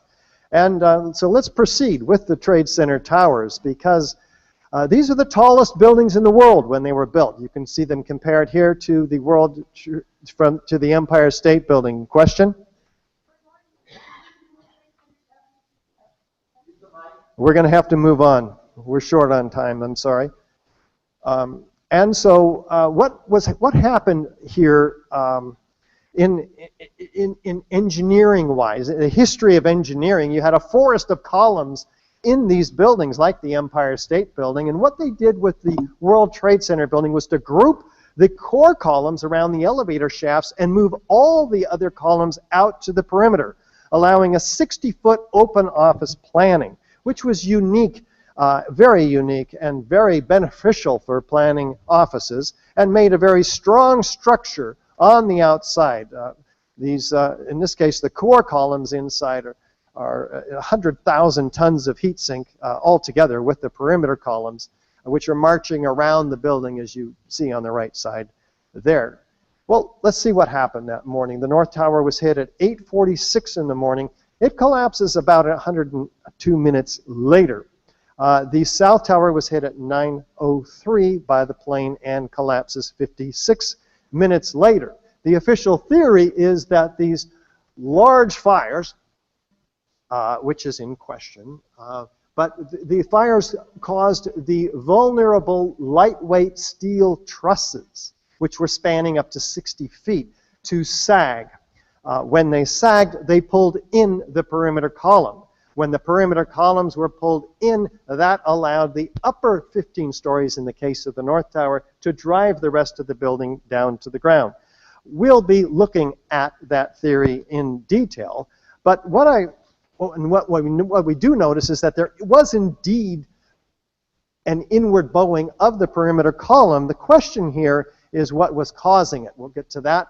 But in order to facilitate in their computer model, NIST imposed a 5,000-pound lateral load to force those columns to fail so that the building could fail to the point of initiation of collapse in their computer model. We'll be looking at that as well. What? So we'll be looking now at the evidence of explosive controlled demolition. Tony's point is that there is no 5,000-pound load imposed on the perimeter columns in reality.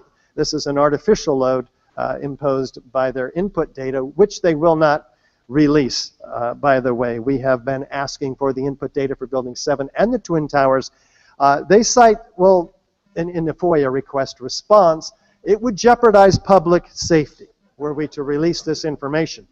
Well, indeed, how could it jeopardize public safety to release to the structural engineers and architects who were responsible with ensuring the public safety? We need this information to make our buildings safe. After all, if these buildings can come down due to fires in this manner, then we have to do something different. Yet no structural codes have been changed since 9/11 that would keep a skyscraper from falling at free fall out of the sky.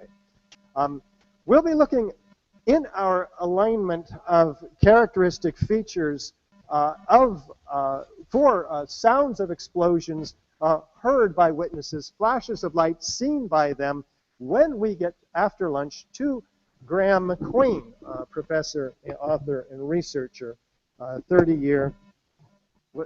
Is there a problem with the mic? Okay, thanks. And we'll be, after lunch, we'll be looking at Graham's excellent work. But relative to those explosions, what we're going to be seeing here is the evidence on video of what he will be referring to with respect to these witnesses that he's assembled so wonderfully for us. In fact, on the right, we see the North Tower. On the left, we see a known controlled demolition. The question, once again, in the first 4 seconds of this building's collapse on the right, is there any similarity to the controlled demolition on the left? Yes, there's a sudden onset of destruction, a fairly symmetrical descent, and we'll talk about the features of that collapse. But yet NIST, once again, with respect to the World Trade Center towers, did not seriously stop and allow for the hypothesis of explosive demolition. Went straight for the hypothesis of fire. Same with the South Tower. Is there any similarity to the South Tower on the right versus a controlled demolition on the left? And I just want to let John know that we do have the courtesy monitor is out. It has no signal on the right, on my right. So we move on and ask ourselves, is there a top-down controlled, NIST says, well, this couldn't have been a controlled demolition because it didn't start at the bottom with respect to the Twin Towers. Let's see if it's possible to do this in another way. I'll need my sound. Converting into what is called kinetic energy. That's energy in motion, and that's what brings the building down. Indeed, a top-down controlled demolition can and is done fairly often. So, excuse me, I got to reorient myself. Alan, do we have our special guest back? This is an opportunity to check. No, I have not heard from him, and I've been trying to text him. No response yet. Okay, so we'll proceed to the collapse hypothesis from NIST, which again says that this upper section drove the rest of the building down to the ground and then destroyed itself. Well, let's just look at the physics of this. Newton's third law of motion, waiting for our display to come back. I keep getting unplugged. Hold on, I'll start over, and right here we go. Let's run a Volkswagen into a Mack truck. Who's going to win? Okay, the Mack truck wins. Why? Because there's an equal and opposite destructive force on both bodies. And by the time the bumper of the Mack truck is destroyed, the Volkswagen is probably totaled. Doesn't matter if we drop the Volkswagen onto the Mack truck, the lighter object onto the heavier, stronger, intact. No, it doesn't matter. The lighter part of an object, even if there is an impact, cannot possibly destroy the heavier, intact, cold, hard steel below it. It just doesn't work. It might be something like this. Something of this kind is what we should have seen when the top section of the towers collapsed onto the lower one. The upper and lower sections should have mutually destroyed each other until all the energy is dissipated and the system comes to a rest. Alternatively, as shown in this experiment with two towers made of snow, the top section could have fallen off to the side after the initial collapse. What could not have happened is this. A little tiny chunk of the building can't possibly fall and crush the entire structure below it. This is such a simple, fundamental concept that architects and engineers were astonished in seeing it totally ignored by NIST. This is high school physics. And our whole society is being led to believe that these fundamental laws of physics, hard science, don't apply anymore. This is pretty important. So let's look at the North Tower, for instance. What we actually see is that it is destroying itself in the first 4 seconds. After that, something else happens. So it's behaving according to the laws of physics. The question is, what is destroying it in these first 4 seconds? We'll come up and look at some evidence for that, but you can see it fairly carefully right here, destroying itself in the first 4 seconds. It's telescoping down on itself. It's gone. There's nothing left to drive the rest of the building down after that at all. Now, what we also notice is that the antenna drops. So down 2, up 2, down 2, up 2, down 2, up 2. What you're seeing is a 10-foot drop in that antenna prior to any collapse. What does that mean? That means the structure immediately below the antenna, which is the core column structure supported on top by this hat truss, is being destroyed. That means these core columns are what's failing here, not NIST's theory that the perimeter columns are being pulled in by a sagging truss. No, this sagging truss, this truss is not sagging. It's being pulled by those core columns down, and that is pulling in the perimeter columns. This is critical for our understanding.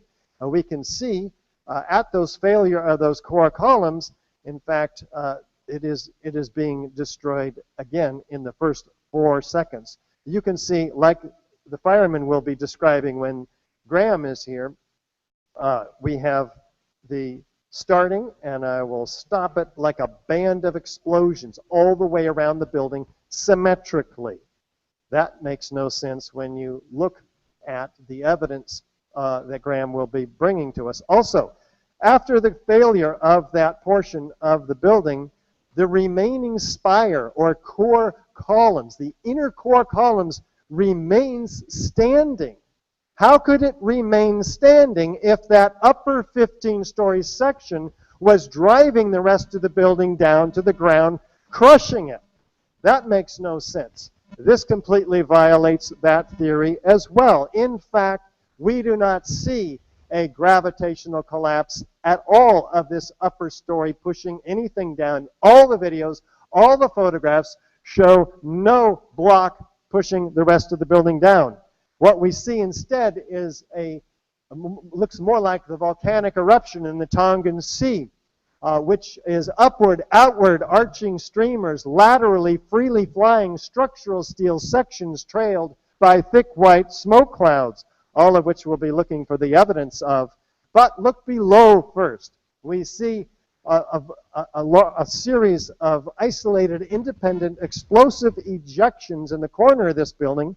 But let me draw your attention to the lower right, where we see racing down the building on the corner a series of explosions rapidly expanding, allowing for the freefall, near freefall acceleration. We'll be looking at that in just a moment. But look at the south tower first. It begins to actually tip over. And let's take a look. It's tipping over at 22 degrees off center. So we have asymmetrical damage from the fires, asymmetrical damage from the airplanes, and asymmetrical loading from this large 30-story section, which is falling off of its axis, so it's not available to drive the building down to the ground at any rate. But watch what happens from below. A complete series of symmetrical, we'll just call it damage for the moment, but you can decide whether you feel that this is the result of the asymmetrical damage up above. In fact, look further from below as we focus in. Are we seeing a collapse of a building, which is 20 stories below that zone of destruction, or are we seeing the result of hundreds and hundreds of explosions, maybe dozens and dozens right here before our eyes in these independent bursts? This completely shatters the structural steel down to the ground, which the NFPA calls high-order damage, which we should look for in our investigation of fire and explosion investigation, which is the manual that NIST actually helped to write, that Eric Lawyer will have much more to share with us about when he comes to bear. But do we have a straight-down symmetrical collapse as we look at this series of typical and atypical features of controlled demolition? Well, the building is 200 feet wide. The damage is 1,200 feet in every direction. It is well outside, but it is outside of the perimeter, but it is symmetrical. It's symmetrical about each of these towers. How do we get symmetrical damage and displacement of that steel? Let's focus in, though, on these isolated explosive ejections that we started to look at before. In the south tower, and in both towers, we have these isolated explosive ejections called in the demolition industry squibs. They're occurring 20, 40, 60 stories down below what we're told is a gravitational collapse. What's causing them? NIST says these are puffs of air. Well, from that large pile driver pushing the building down, that air's got to go somewhere, right? Well, the pile driver was destroyed. We saw that earlier. And these are not puffs of air. These are solids that are pulverized, that are being expelled out of the towers themselves. Look at the south tower. Dozens of them off to the left, coming out of, as we see, over and over again. Not indicative of a gravitational collapse, but something else disintegrating the interior of this building and expressing itself on the outside. Let's go back to David Chandler, physics teacher, and let's take a look at these squibs. Actually, I'll play this video at David's request first, and then he'll have a comment. Here I'm measuring the ejection velocity of a squib on the east face of the south tower. At this angle, there is foreshortening, but the calibration distance is foreshortened by the same proportion. Plotting horizontal position versus time, the slope indicates the ejection velocity, which is 67 meters per second, or 150 miles per hour. David? Okay. When you look at these squibs, it's pretty much apparent on the face of it that we're looking at explosions. Something being blasted out through these these are like point sources of explosions coming out through these windows and so forth. Those who want to deny that there were explosives have relied on explanations like a piston like the top part of the building pressurizing the air at these lower floors. And then when they have the squibs way down below, that even said, well, how about air pressure going down through the air conditioning ducts and so forth, or through the elevator shafts. The problem with that is these floors, it's an acre in size. And to even take the air pressure in one of those floors and simply double the pressure, you'd have to double the volume of air in the room. It's a, you know, it's not, you can't pressurize that huge a volume to where it's going to blow out individual windows. So it's a actually a rather ludicrous thing. In fact, if you take air pressure through an air conditioning duct, it's going to blow out the air conditioning duct before it blows out any windows. So Or blow out all those windows, right, David? well, yeah, of course, but I mean, there are these point sources. There's another factor here is that in that one picture where you showed that there's a massive amount of destruction happening, and then you saw also squibs. How do you have pressure build up in a room or in this floor area when you've already opened it to the exterior atmosphere? You've already blown this thing open, and then you have squibs that follow on to that. So there's no way that it's not a closed environment. So the whole idea that the squibs are anything other than explosions is just sort of like hand waving. It doesn't really work. And stay with us, David. We're going to work right into free fall. Let me first give a sense of how fast these buildings came down. Here's 3 seconds, 4, 5, 6, 7, and 10, 11, 12. Some people say a dozen seconds. Some people say 16 seconds. Curiously, NIST actually told us that these buildings came down at essentially free fall in 9 or 10 seconds early on. But David, what does this mean? Okay. When you have a collapse that's accelerating, the fact that it's accelerating is proof that it's not delivering, it's not actually doing any damage to what's below it.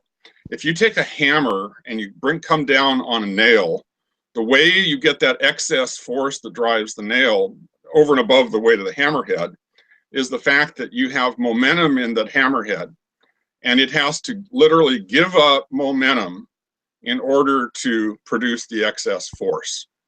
And it's the transfer of the momentum that produces that excess force.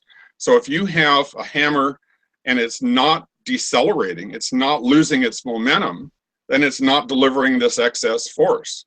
So what is happening is what we see is that this top section of the building is not driving down and crushing what's under it. You have the top section of the building that is falling because what's under it has been blown away. So it's the fact that this is a constantly downward acceleration is all it takes to prove that. Now, in the case of building 7, it was the extreme case of absolute free fall. This is about 2/3 of free fall. It's not absolute free fall, but just the fact that it's accelerating is really all it takes to make that argument. Thank you so much. And we're going to have to look at the structure through which it's free falling. This is 90,000 tons of structural steel. There's more steel here in the perimeter, particularly, than glass. And in fact, if we look at the, if we take a magical crane and hold up 2 massive sections of building identical to the 15-story section above the point of jet plane impacts in the North Tower, and we release these all at once, you can see intuitively, this is 7th grade physics here, the one on the right will fall faster. Why? It has no resistance underneath it. The one on the left had 80 or 70,000 tons of structural steel underneath it. To help us understand that is Tony Szamboti. Tony's done some incredible work here. Tony? Is this on? Yeah, just pull it closer. Yeah, there's just a few slides here. I just wanted to mention you can't drive your car as fast as these buildings came down. Anybody, guys here that were in the drag racing when they were younger, 2/3 of gravitational acceleration would give you about 11.2 second quarter-mile speed. You won't think most cars today on the road can do better than 16, 17 seconds. You can't drive that fast. At any rate, what happens here is, of course, David mentioned, there's no deceleration. And you see his graph up there on the right. And, of course, on the left, they're from a fellow by the name of Bazant, civil engineering professor from Northwestern, who claims that we had this deceleration. He called it a powerful jolt. And that can, in fact, buildings are built with a factor of safety. You know, you don't just build it just so it can handle the load. There's a factor of safety there. In the towers, the core columns could handle a static load. They had a 3-to-1 factor of safety, and the perimeter 5-to-1, because they also needed to handle seismic and wind loads. So the actual weight of the building can't collapse it. It would have to impact it. And you get this amplified load in the impact because it's the static load of mass times gravity plus the mass times the deceleration. And that's what the hammer does when it transfers that extra momentum. If you don't have a deceleration, you can't be transferring it, and David said that very succinctly earlier. You can go to the next slide, Richard. All right, this is, if you can play this, you'll see a lot of people try to say, well, the columns would have missed each other. This graphic shows you they wouldn't. They would go right through each other. They're in line. And the mass of that upper section was 12 stories, about 73 million pounds. So it's not moving to the side. Inertia alone would keep it in line with the bottom. There's no lateral forces to move that whole upper section of the building to the side. So it's going to, the columns are going to be aligned, and if they hit each other, you're going to get a deceleration. That's how it could possibly collapse. But they would have to decelerate because the columns would absorb a lot of energy, and you would have saw it slowing. It doesn't slow at all. And the proof of this is something here that's very interesting. In about 2007, the French started doing a demolition technique where they did not use explosives. They used this impulse energy, and they took out 2 or 3 stories of columns with hydraulic rams. But you're going to see, in this case, you're going to have a deceleration. So I think is there a video here? Maybe there's not. No video. There's no video. But you're going to see on the left is the building before it collapses on the upper left, and the lower left is after it starts. And David Chandler actually did this measurement on the upper right, and you'll see it decelerates. It doesn't just keep coming straight down like the one for World Trade Center 1. You can go to the next slide. Okay, this Zednik Bazant, the civil engineering professor, when you actually get into what he did, and we have written, there's been a couple rebuttals of his work that were sent to the ASCE journal he published in, and they rejected him after 27 months as out of scope. They could not deny the soundness of our analysis. They simply said it's out of scope. How can you be out of scope replying to a discussion, to a paper that they published? This is what you're up against. Tony, isn't it true that the entire NIST report initiation of collapse was developed on this page, this multi-page paper that came out by Zdeněk Bazant just 2 days after 9/11? Right. Let me get into that. Okay. Zdeněk Bazant actually first submitted this paper. He called it the World Trade Center Collapse Analysis Simple Analysis. World Trade Center Collapse Simple Analysis. He submitted it to the Journal of Engineering Mechanics, which is one of the ASCE's journals, on September 13th, 2001. That's quite right. He called it a rapid communication. I'd say it was rapid. 2 days later, to be able to figure this out. And anyway, what he does, we look through it. We really torn this apart. He overestimates the gravity load on the columns by 76% because he uses the maximum design load. It's like if you had a car accident where one person was in it, then you did the forensics as though 5 people were in it, you had a full trunk and all that. Well, it wouldn't be accurate. But this is what he does. He uses the maximum design load. That's not what was on the buildings. What's on the buildings is called the actual service load. And it was, the actual service load of the upper section was 33 million kilograms. He used 54 or 58 million kilograms, depending on which paper he used. He did it in. He used a different number of stories. Then he underestimates the velocity loss due to conservation of momentum by over 600%. Because he says the upper section only hits the concrete slab, not all the other material. We can prove this because he said it only weighed 627,000 kilograms, but in his paper he has it as 3.87 million. So this is just silly stuff that could be proven. He overestimates the kinetic energy. He has the first story falling in free fall. David Chandler's measurement shows it's at about 51% of free fall in the first story. That makes a big difference because kinetic energy is a function of velocity squared. So it was actually, at the end of the first story, it was coming down at 6.1 meters per second. Square that, you got about 36, 37. Zednik-Bazan has it coming down at 8.5 meters per second. Square that, you have 72. So he's doubling the kinetic energy with the velocity. He's doubling it with the mass. That's 4 times. And then, ultimately, he then underestimates the column strength below and its ability to absorb energy by at least 300%. So this man has actually embellished this whole thing to make it look like it was collapsible. It's unfortunately, it's not legitimate. And I think it's fraudulent.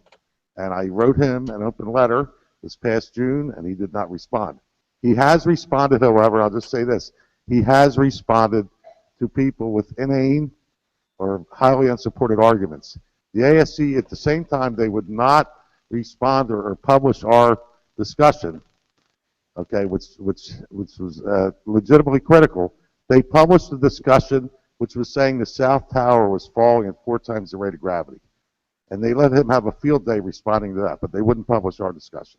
That just tells you what's going on with DIC. They're suppressing legitimate criticism.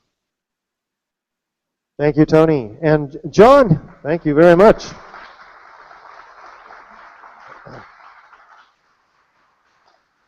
John has yet another startling experiment to share with us. And then after John, I understand, John Cole, I understand our guest is just about ready. So the anticipation is building.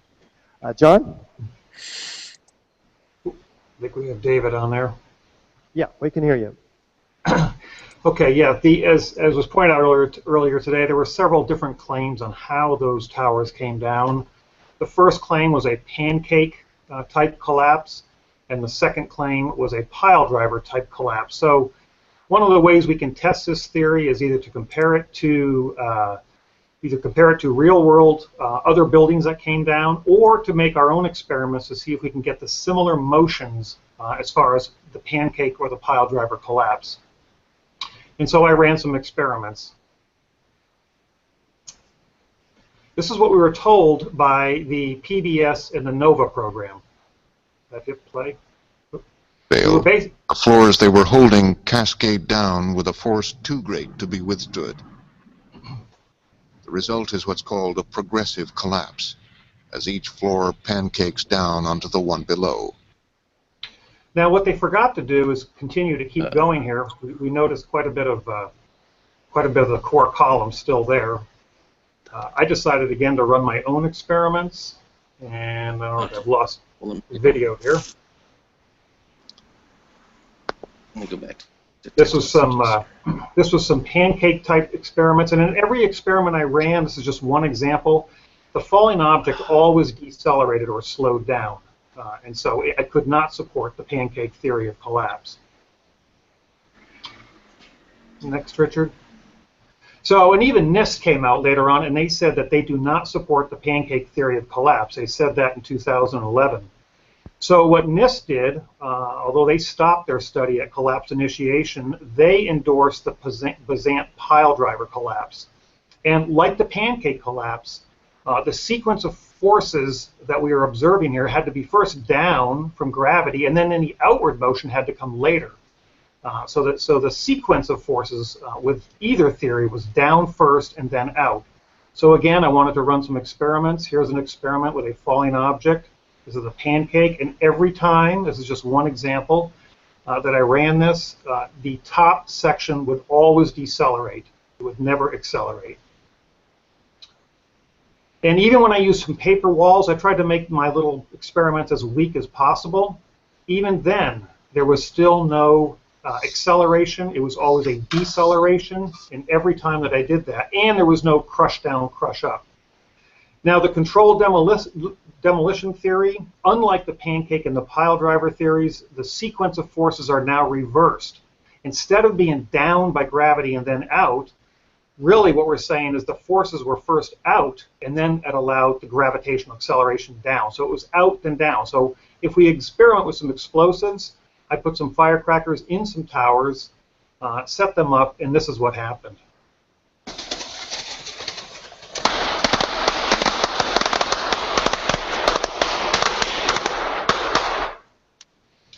And if we take a look at this, we see that the upward motion was outward first and then down.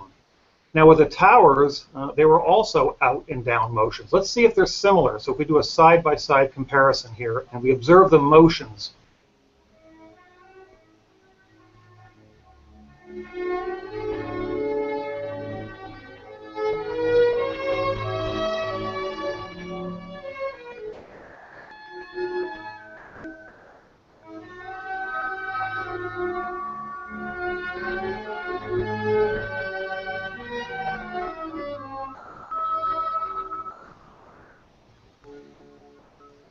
And again, we see that spire in the middle that did not come down.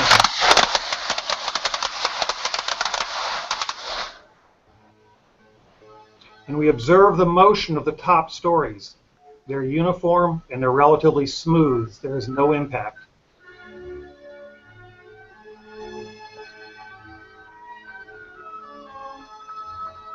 And this may be why they were unable to provide a full explanation of the total collapse.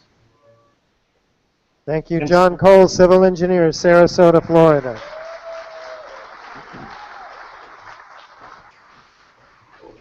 Do we have a total dismemberment of the steel structure, broken up and ready for loading and shipment? Indeed, most of the structure, most all of it, is outside the perimeter of each of the twin towers, broken up into handy 37.5-foot lengths.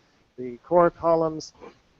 Do we have a lateral ejection of the structural steel? Indeed, we have NFPA 921, again, the Guide for Fire and Explosion Investigation, suggesting that we should be looking for high-order damage. Blast pressure wave effects, the difference in pressure damaging high pressure at and behind the gas front, pressure front that is primarily responsible for damage. Well, these structural pieces, in fact, are shown to be freely flying, and the horizontal movement cannot be explained by floating away from the twin towers. Let's look at a couple of these sections as we proceed step by step through the frames of this video.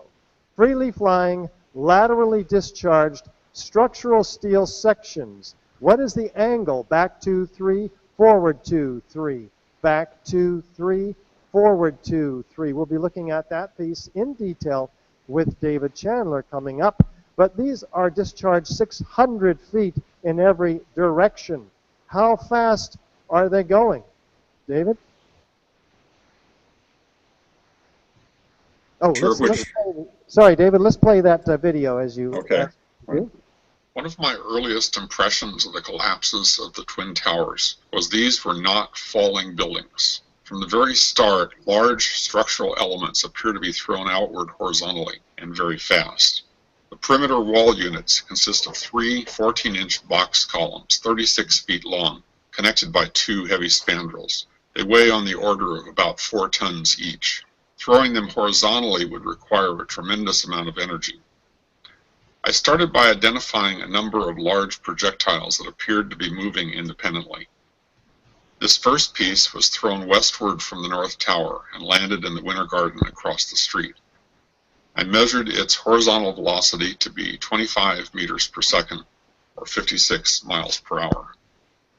I saw this javelin-like piece being thrown westward from the South Tower, racing ahead of the expanding cloud of debris. But the camera was moving a lot. I found the same piece on a more distant shot taken with a stationary camera, which simplified the measurement. Its horizontal velocity was 20 meters per second, or 45 miles per hour. This third chunk of material is being thrown northward from the North Tower and appears to be 1 or more wall units. Because it was recorded by a handheld camera, I had to first stabilize the image. Then I did the measurements from the stabilized version of the video. Final result, 35 meters per second, or 78 miles per hour. David. Okay, I think the the speeds as we're seeing sort of speak for themselves. I'd like to comment on something else related to this. Notice the white smoke that's coming from these pieces that are flying. This is not burning timbers from a wooden building emitting smoke. This is steel material.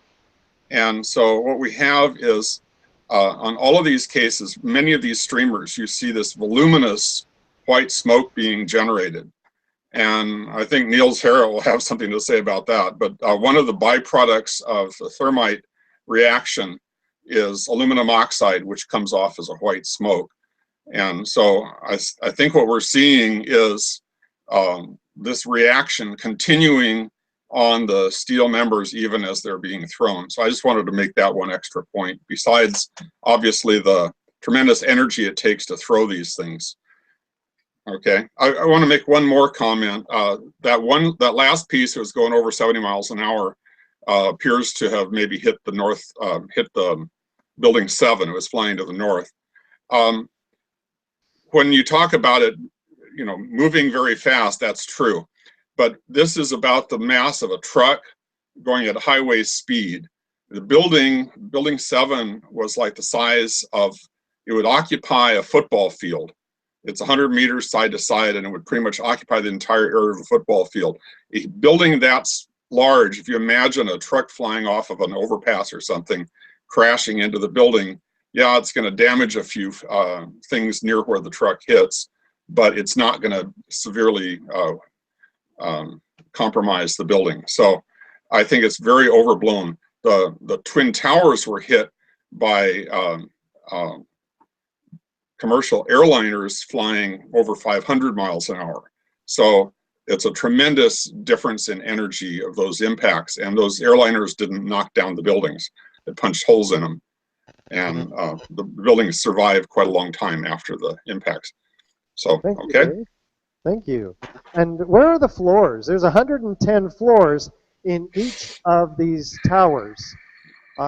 We're looking for 110 floors somewhat stacked up on the bottom, as we see on the right in a real gravitational or pancaking collapse. On the left, we see a 2-3-story pile, maybe 4, of core columns, perimeter columns, etc. Where's the 110 floors? We'd be looking for that. They seem to be missing. As we look at key feature number 8, these enormous pulverized clouds of concrete, missing concrete at the bottom. 90,000 tons of concrete isn't stacked up in mangled form at the bottom, but pulverized in mid-air. How does it get pulverized in mid-air? Not at the bottom where it develops its gravitational potential energy, but in mid-air and laying out like a blanket across lower Manhattan in a 3-square-mile area from river to river. What's in this dust?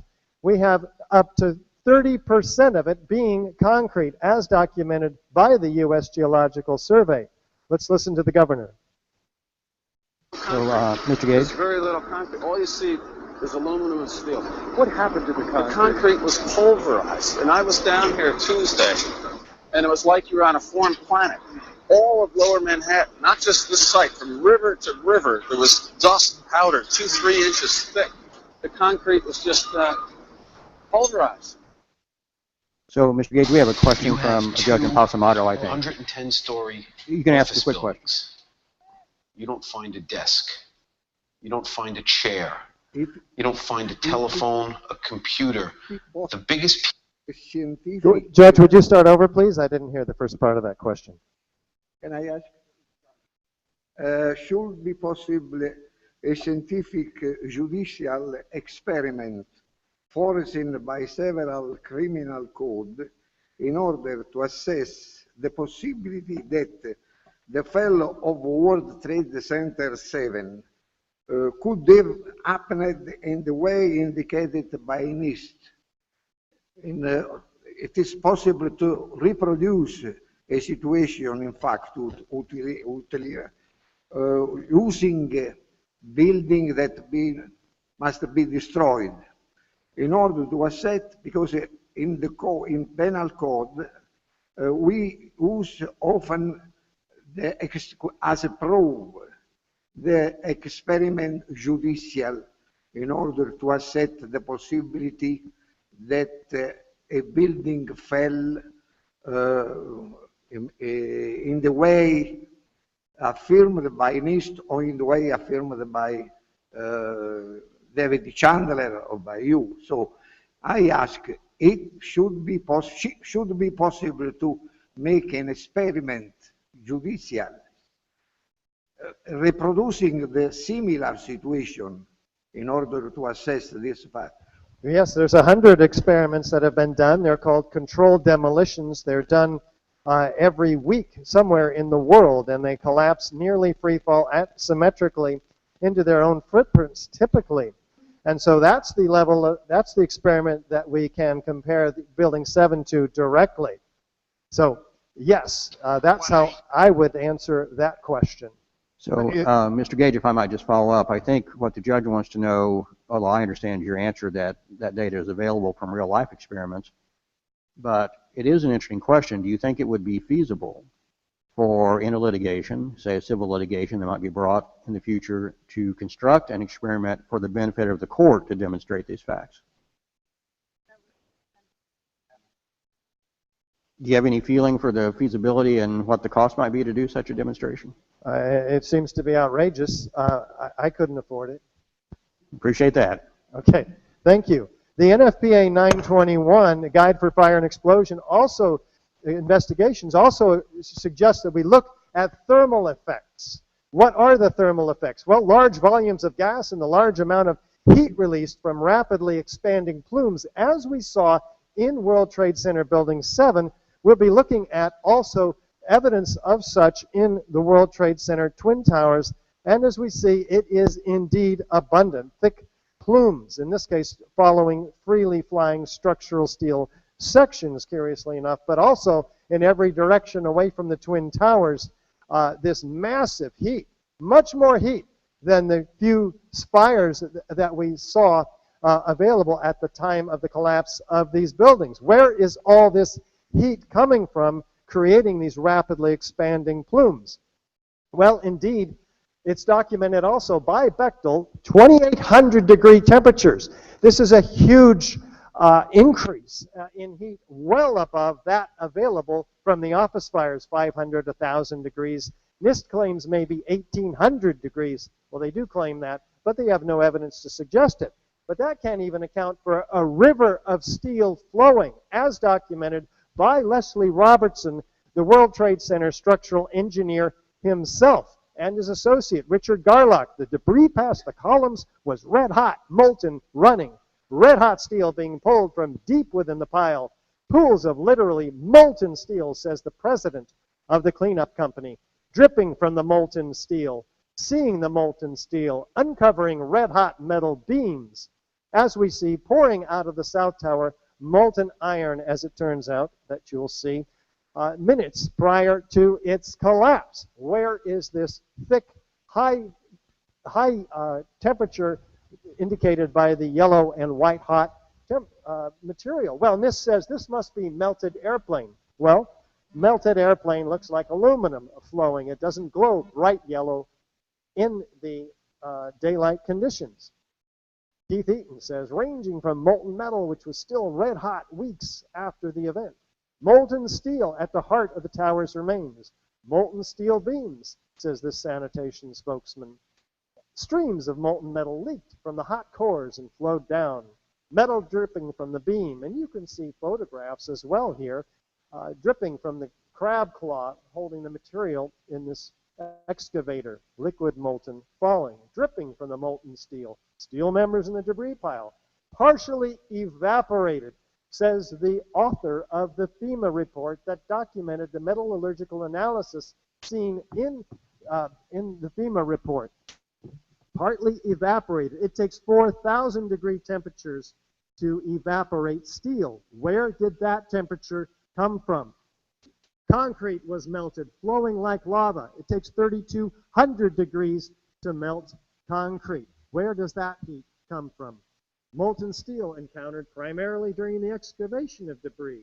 Videotape of molten steel being dipped out of buckets of the excavators.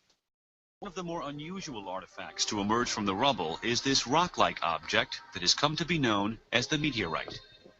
It's this fused element of steel, molten steel and concrete and all of these things all fused by the heat. And architects, engineers, people who work with steel, welders have just never seen the level of destruction and the level of deformation of this material in our lives. Yet NIST and its lead engineer, John Gross, have this to say about all of this material. First of all, let's go back to your basic premise that there was a pool of molten steel. I know of absolutely nobody, no eyewitness who said so, nobody who's produced it. You'd get down below and you'd see molten steel running down the channel rails. Like you're in a foundry. Yeah.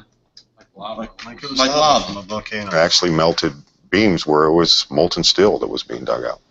Underground, it was still so hot that molten metal dripped down the sides of a wall. And the cleanup was very difficult in the beginning. Steel was coming out red in certain areas from the first couple of weeks. This fused element of steel, molten steel. And they pulled out the big block of concrete, and there was like a little river of steel flowing. Well, here's John Gross on the pile, cutting out off the beam the piece of steel that was actually used for the metallurgical examination in the FEMA report, which he then ejected from the final NIST report as he had authority over that final report. But his shadow seems to be all over the evidence. Thomas Iger, a supporter of the official story, says maybe these fires were 1,200 degrees Fahrenheit. Well, structural steel doesn't even melt until 2750. What can produce that? We'll be looking at thermite, an incendiary used by the military to cut through steel like a hot knife through butter, which produces molten iron at 4,500 degree temperatures. But do we have evidence of this molten iron, of this thermite? And in fact, what is thermite anyway? An incendiary used by the military, thermite is a compound of iron oxide and aluminum, which when ignited sustains an extreme heat reaction, creating molten iron. In just 2 seconds, thermite can reach temperatures over 4,500 degrees Fahrenheit, quite enough to liquefy steel. We know that open-air fires cannot burn hot enough to melt steel, but metal had melted at the base of the towers. Appendix C of the FEMA report describes sulfur residues on the World Trade Center steel. The New York Times called this the deepest mystery of all.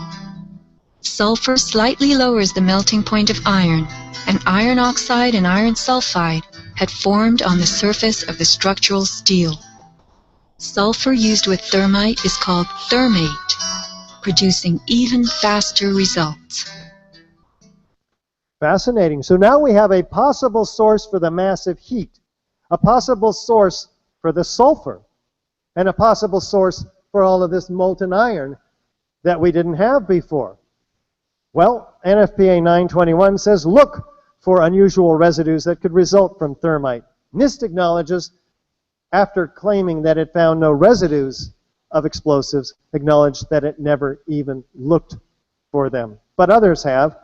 In fact, independent scientists have, and we'll be looking at that evidence. First, let's turn once again to John Cole with experiment number 3. Well, number 2. Right, thank you. Again, one of the claims was that thermite could not cut steel.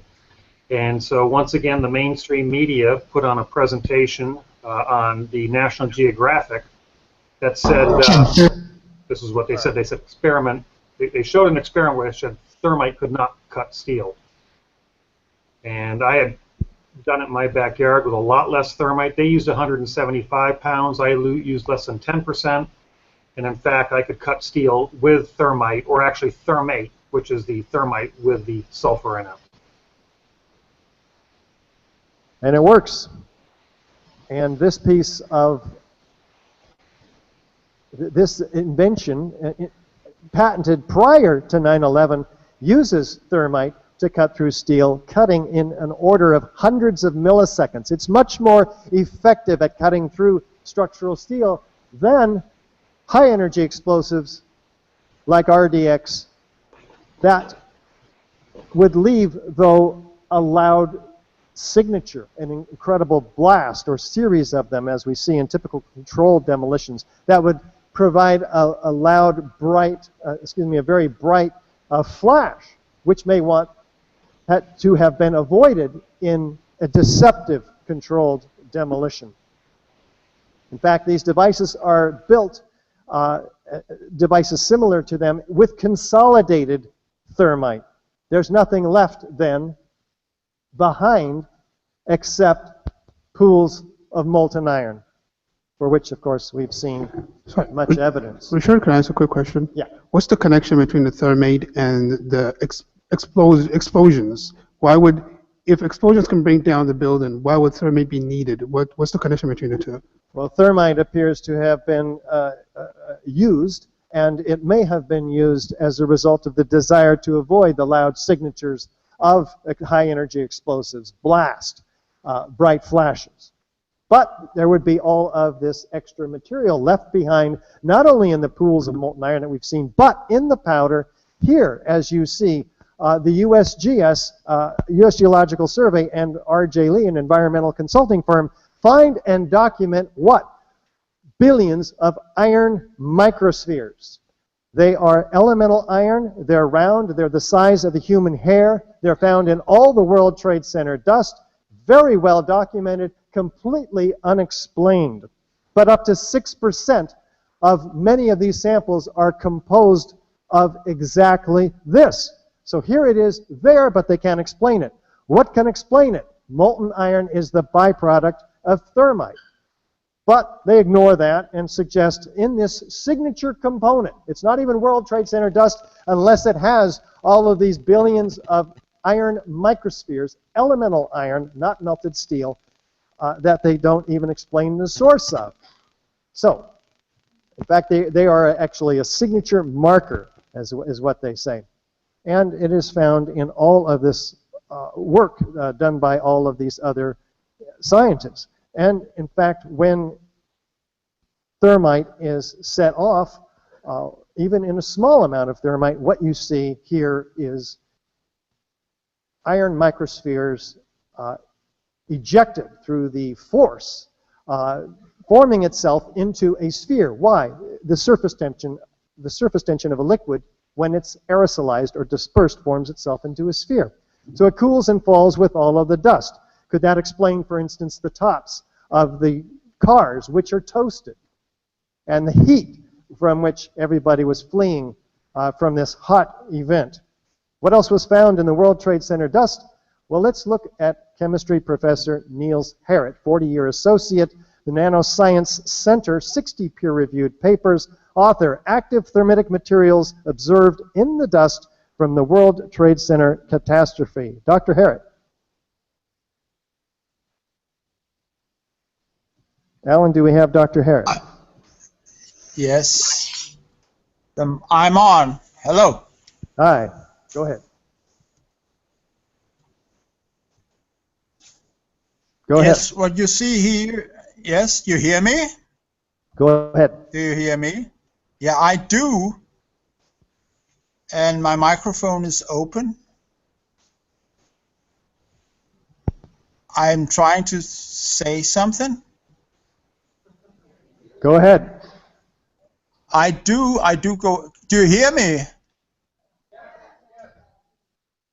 You hear me? Okay.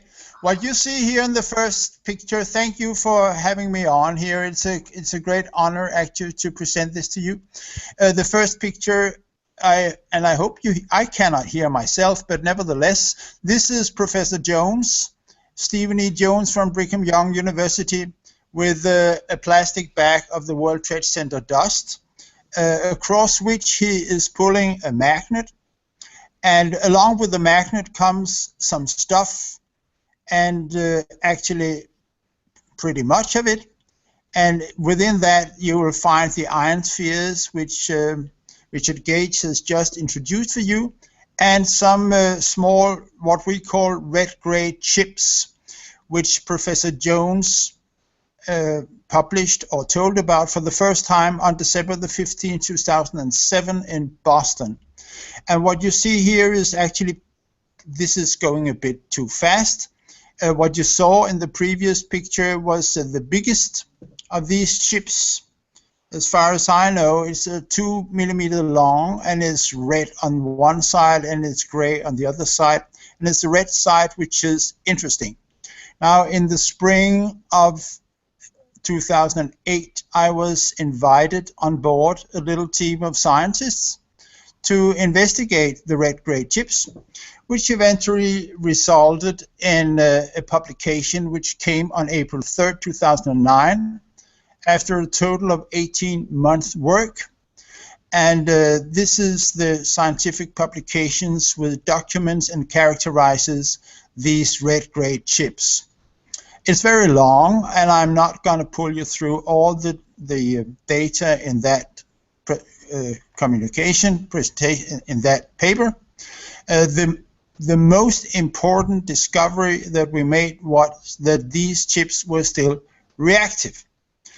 And if we proceed to the next slide, please. Well, maybe first I should add that the paper, the investigation, was based on 4 samples, which all were collected within a week on the southern Manhattan, on the locations you see on this map. And the chain of custody of these 4 samples is very thorough.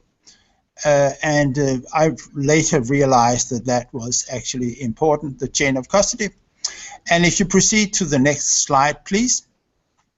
It should be a demonstration, if we may proceed to the next slide, please. Yes, these are examples of the red-gray chips from these 4 samples.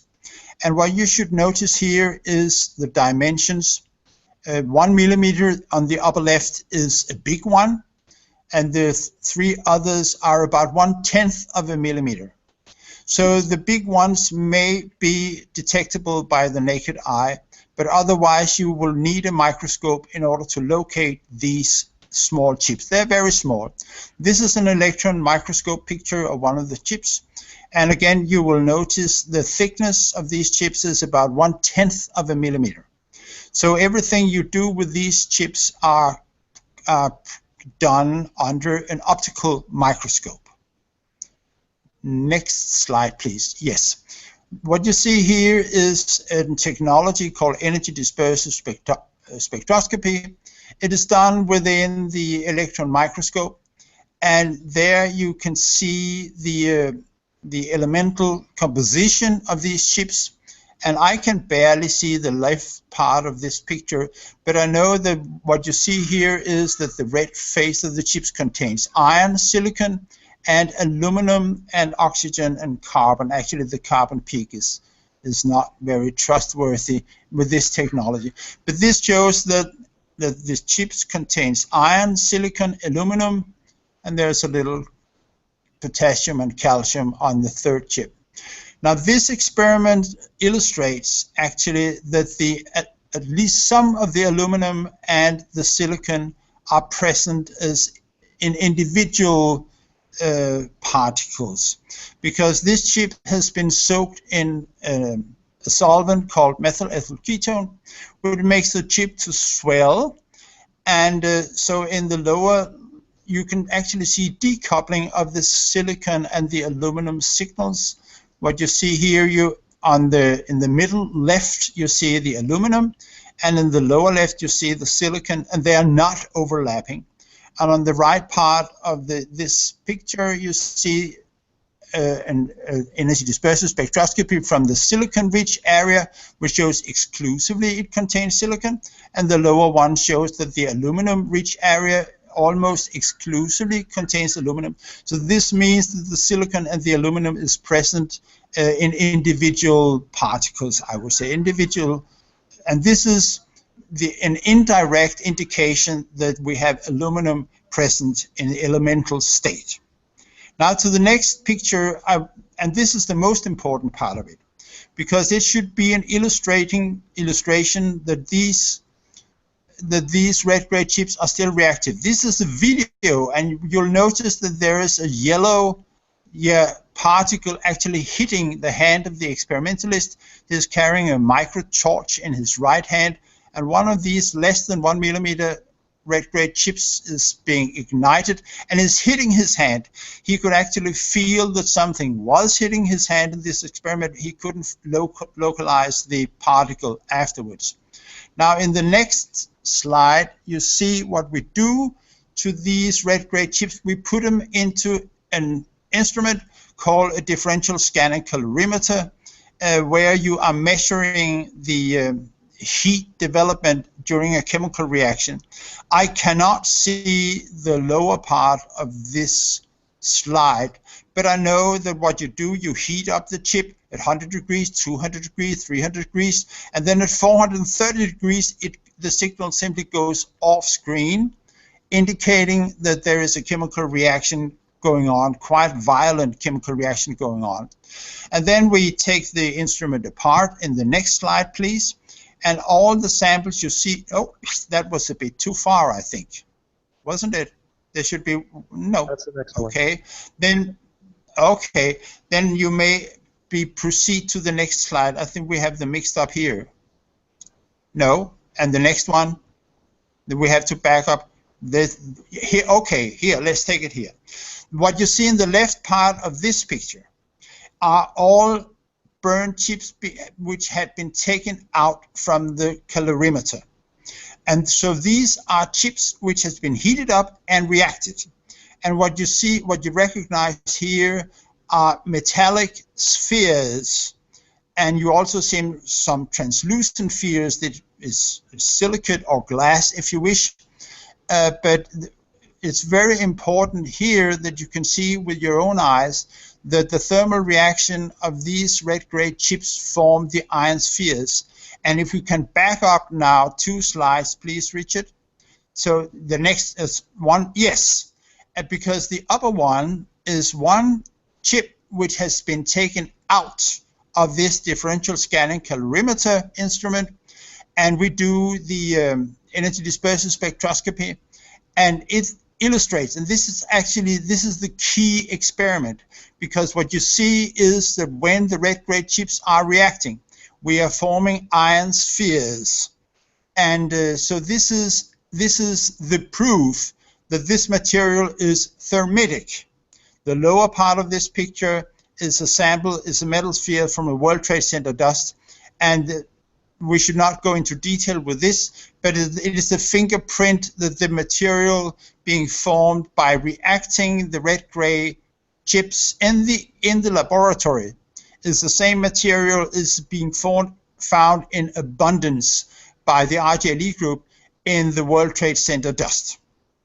And then we should proceed to the next. Yeah, that is a wonderful, lucky find, and we were very happy when we discovered this chip because it's a half-burned chip. You'll see here that the chip is half-burned, but the iron sphere is still sticking to the chip, so there's no doubt where it's coming from. And this is for everyone to see. Yeah, this we don't need actually because it's repetition of the previous chip. So please stay here, because what you see on the right hand of the picture is our homemade, we call this nanothermite. And you may recognize that this is not the same kind of thermite which has been so wonderfully demonstrated by you in the experiments by Jonathan Cole. This is something you just mix together, a mixture of pulverized aluminum and iron oxide or rust if you proceed. This is a material which is produced by nanotechnology. And we know that investigation or research into these kind of energetic materials were initiated in the early 1990s, in particular spearheaded by the Lawrence Livermore National Laboratory and also by the Los Alamos Laboratory in New Mexico. And we know that this research has been going on military laboratories in the big power in England, in United Kingdom, and France as well. And so but these, my colleagues at the military laboratories, they also have to brag once in a while. They're applying for funding and they're speaking at conferences, conference proceedings, etc. So the technology per se, we do understand. And so, but we cannot prepare in duplicate exactly the same material as we have found in the World Trade Center dust. But what you see on your right is my colleague Kevin Ryan, one of the co-authors of this publications I showed you before, who has prepared nanothermite according to a recipe from the Lawrence Livermore National Laboratory. He's a chemist as well as I. And if we go back to the picture, this is my last comment on this, is that what you will recognize in our homemade nanothermite, it is the next picture. The next picture, please. One more further. The previous one, that's it. What you see here on your right side of this is our homemade nanothermite.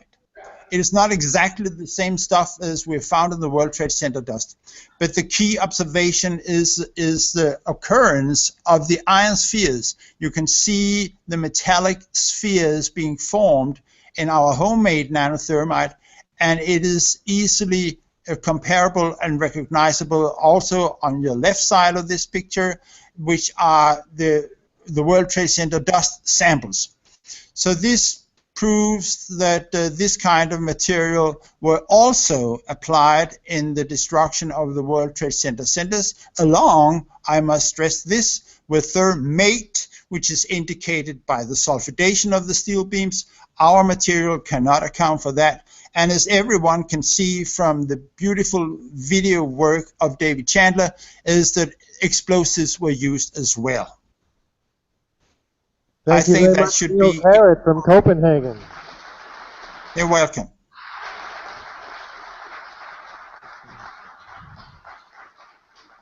And finally, I'd like to introduce you to Eric Lawyer, former firefighter from Seattle, 25 years emergency services experience. Share your heart, your mind, your concerns with us, Eric, from the firefighter's perspective. Thank you, Richard, and it's an honor to be here with everybody. And yeah, this is just, for me, the common theme here was it fire or explosives that brought the towers down? And the quality and the caliber of the expert witnesses here is really impressive. From my standpoint, I come at it from the firefighter perspective. And we come on scenes on a routine basis where we're looking for signs of criminal activity or what we call an arsonist, where it was an intentional set. So we don't have to have overwhelming evidence to begin investigating that, and that's really what I'm looking at. So if you go to the next slide, Richard, a lot of people I hear say, does it really matter? It's been 15 years. And it does matter to me, and the reason why it matters is 343 of my brothers were lost that day. Almost 3,000 people were killed that day. We're still at war. Our wars are escalating. We have ongoing deaths from the cancers and the illnesses. We have millions of casualties from people that weren't involved in 9/11 in any way, and they're dying all over the world every day. And we have 22 U.S. soldiers dying per day, committing suicide, more than 22. That's from the military's own statistics. This is out of control. And as a people, we're really refusing to look at this. So it comes down to two things. Was it fire? If it was fire, we need a complete overhaul of our high-rise fire, our building codes, and our firefighting operations, because public and firefighter safety really comes first, and there have been no massive changes. So if this was fire, why aren't we seeing the changes to all these codes and systems? Why aren't we seeing firefighting operations completely overhauled because of this? And if it was explosives, this makes it a lot more serious, because then we're going to need a complete overhaul of our federal government, of our justice systems, and that's really what we're looking at here. If you go into who was behind the investigation, this was NIST, and in 2002 they were the ones mandated to perform the investigation. And NIST, go on to the next slide, Richard. So it's hard for me to see these here. Just a second. So NIST. So NIST, what's the irony here is NIST is the National Institute of Standards and Technologies. So they're the National Institute on Standards. Yet the irony is they did not follow the national standards for fire and explosion investigations. So that's a big red flag to me. They also did not test for explosives. From their own admission here on their frequently asked questions, it says for this study of World Trade Center 7, why didn't they follow the National Fire Protection Guidelines? And what their response is that they say that the NFPA itself admits that each investigation is unique and some will require broader procedures than it can accommodate. And it says this was true for NIST's investigation, which responded to events that were much more than typical fires or explosions. So they're saying that this was a different kind of investigation. Go on to the next slide, please, Richard. So what we have to do is look at what is the NFPA. And the NFPA, it's the National Fire Protection Association. So they've been in existence for about 120 years now. They were originally formed by insurance companies, and they set the bar on fire protection systems, on how investigations are done, how to analyze fires. As they say themselves, NFPA 921, they set the bar for scientific-based investigation and analysis of fire and explosion incidents. They're referenced in the field, in training, and in court. And they're the foremost guide for rendering accurate opinions as to the incident, origin, cause, and responsibility and prevention. So that's the NFPA 921. That would be the manual I would expect them to follow. From my own personal kind of expert witness and conversations, I asked investigators that are highly seasoned, that have been on very complex investigations, if they follow this. They said they don't follow it as a like word by word. They go well beyond it. They said this manual is actually the basics. Like you have to follow these to even begin to go to the next level. So they would do this and more. So go ahead and next slide. So I'm not going to go into detail on all these. There's several of them. Richard has named quite a few. There's several sections that talk about why explosives should have been analyzed, why they should have been tested for. And to put it in perspective of what's going on here with the investigation, I want to use an analogy that might help some of the panel here. Is most of us know from watching TV, from our own experience, if we were to see a criminal investigation of, like, say, a murder where there was a car accident and that car caught on fire and the people died in that car fire. Well, the first look, people might go, oh, that was a car fire. They died from the car fire. So it could be an easy story to sell, saying we don't need to investigate further because they died from the fire and the car crash. But when we do a little bit further investigation, we find out that the original witnesses that were there said there were multiple gunshots that they heard before that car ever crashed and before it ever caught on fire. Then when we have the firefighters show up, they say, oh yeah, we saw bullet holes in the sides of that car and we saw shell casings all around. Now they tell the investigators this, but a federal team comes in and takes over the investigation and they go forward with that investigation. Now the routine would be they would take that evidence, they would take that witness testimony, they would take the shell casings and they would go, oh yeah, there's really overwhelming evidence, there could have been some gunshots here. Next step for them would be they would take the body and they would do an autopsy and they would look to see were these people actually shot. That's the kind of thing we're talking about. If explosives were used, we need to test for them. So what NIST did was the equivalent of what they did was they didn't even do an autopsy. They didn't even consider the body. Let's look and see what happened. Let's not test for any of this. So next slide, please, Richard. So there's also been a lot of talk of thermite, and the manual itself does specifically state this. It says thermite mixtures also produce exceedingly hot fires, and they will leave the residues. They specifically mention here, as you can see in red at the bottom, you will see melted steel and concrete. Now, you can go to the next slide, Richard, but these have already been played. Molten steel. Molten steel. So, as you see, the exotic accelerants, the thermite, there is the evidence that it exists. And again, reiterating, An investigation, it doesn't have to be proved from the witness testimony. That is the trigger to investigate it further. The next trigger here is the extremism. There's a section specifically on this, that terrorists may include fire, but as one of other weapons. So, which means that just like that car fire example I used, there could be bullets and a car fire. So fire might be involved, but they also might use explosives. And next slide. And as you can see, we all know 1993 there were bombs. That's the basement of the World Trade Center in '93, and in Oklahoma City, which was mentioned earlier too, there were bombs used. So we have overwhelming evidence that terrorists have used this. So why hasn't the physical evidence been tested?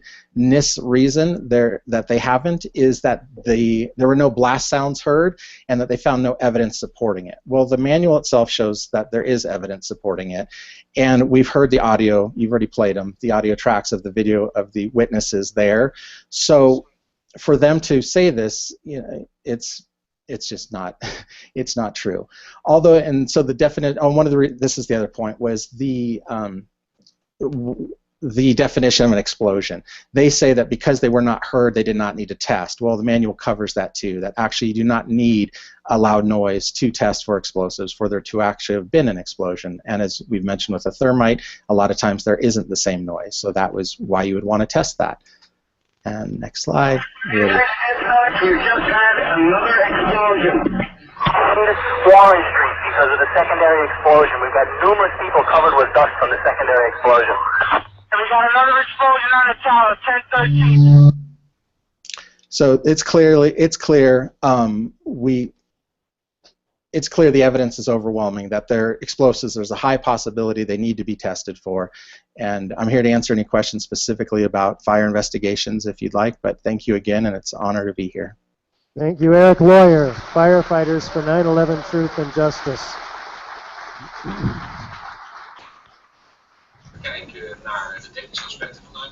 And so the question for the panelists then is the hypothesis of explosive demolition corroborated? Do we have the 10 key characteristics of explosive destruction or destruction by incendiaries? And atypical characteristics in the case of the Twin Towers? Can fire create any of these characteristic features? Can they create all of them? Certainly not. With additional circumstantial and corroborating evidence, we believe at AE 9/11 Truth that this is proof of controlled demolition beyond a reasonable doubt. Thank you very much. That concludes our testimony. Okay, Richard. Hello, Richard. Thank you, Mr. Gage. We're running a little bit late, and it looks like we won't have our special guest on before lunch. We're trying to work that out for after lunch, but I know there were some questions we didn't get a chance to have asked from the panel. So we want the panel to have a chance to ask their questions. Mr. Gage, are you willing to field some questions? Sure. All right. Any panel members that still have questions they wish to ask? Very good. Richard, I have a question for you. Hang on.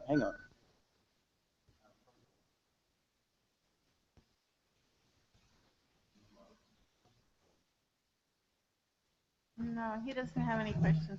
In that case, we'll go to Barbara Honegger, and then we'll go to Dave Meiswinkle. Yes. Is this working? I would like to know if the investigation by Niels Harrit and Stephen Jones, Professor Harrit, itself looked for explosives in addition to thermite or nanothermite. Did they actually look for RDX? Did they look for C4? We understand that RDX and C4 and high energy explosives do not have a residue that would survive years after the event. So they wouldn't have. So that testing would be inconclusive. Inconclusive. So, but they didn't look. They didn't look for it. I don't know if they looked or not. Richard, do we still have samples of the World Trade Center dust? And if we do, has it been documented where it's come from and where it is presently? In other words, is there a chain of evidence that's been set up? Dr. Harrit, can you address the question of the chain of evidence? Yes. Chain of custody, yes. Our investigation was based actually on, as I mentioned, on 4 samples, which had a very good chain of custody. And I must admit that we have used what we have of the good stuff. I'm not aware of any samples.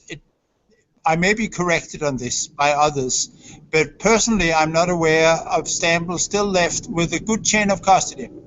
I know where some stuff is which has not a good chain of custody, but an new investigation must probably get its stuff from NIST or the Secretary of Homeland Security. They must have tons of it.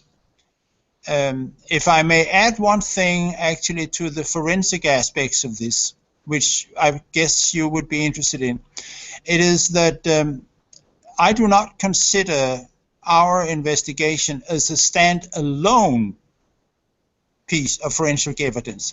It must be seen in the context for the specific reason that this has not been duplicated by other investigators. In the beginning, we were very hopeful that somebody else would pick up this and duplicate our work, but it hasn't happened. And the reason for this, I believe, now I have learned over the years that 9/11 is a no-go for our academic institutions. They have been very thoroughly gagged in the aftermath of 9/11.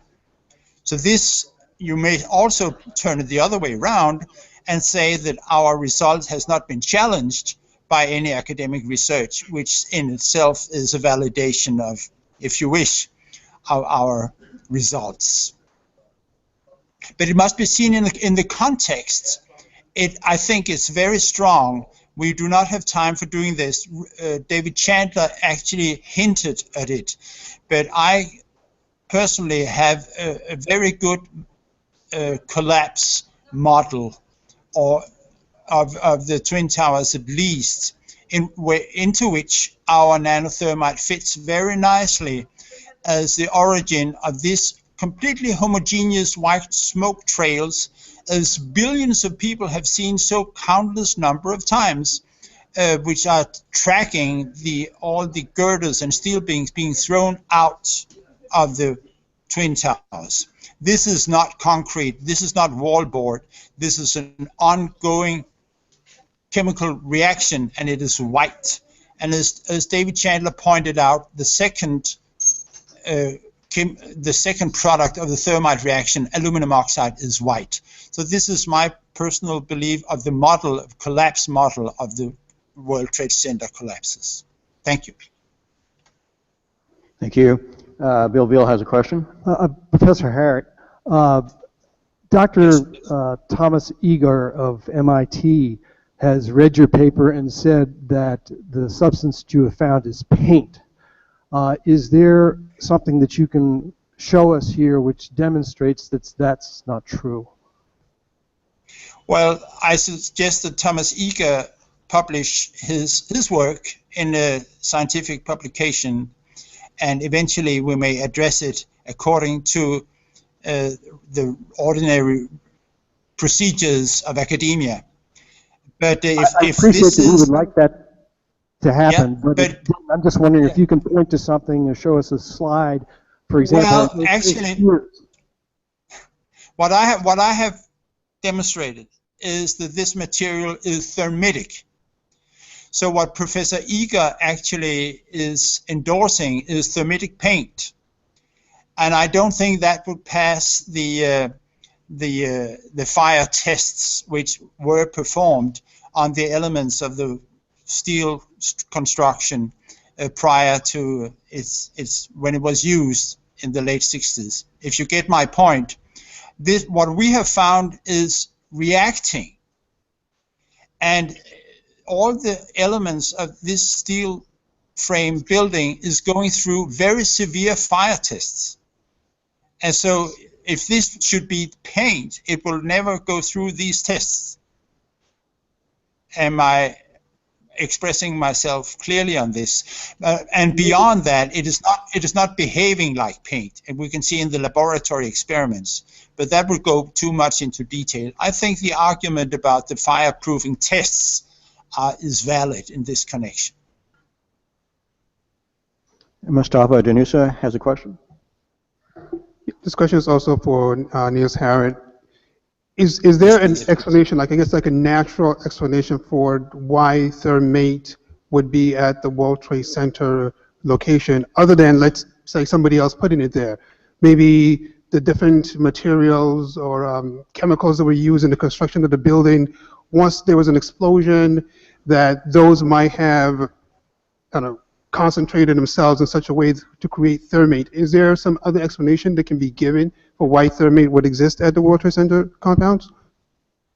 No. But let me just, as a footnote, Thermite is the stuff with sulfur in.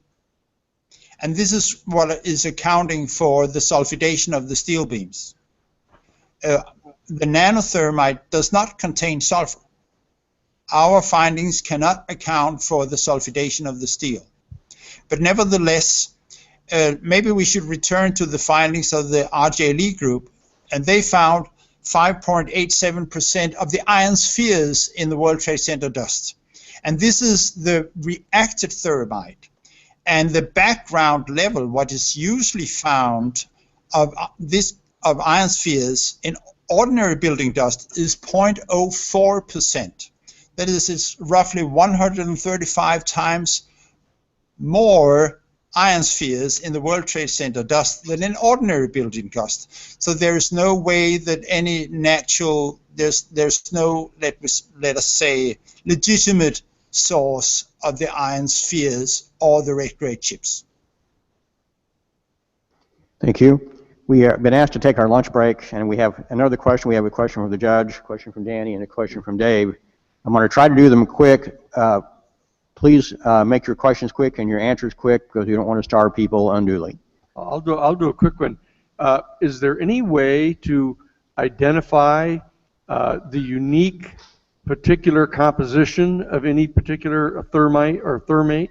Like in the Karen Silkwood case, we were able to show that the radioactive plutonium that was placed in the refrigerator in Karen Silkwood's home came from lot number 29.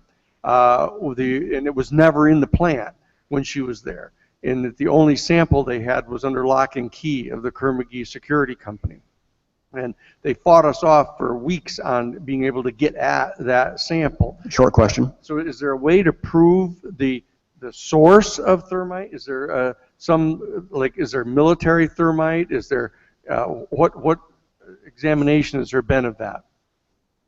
Well, that would require cooperation with NIST and the military laboratories of the United States.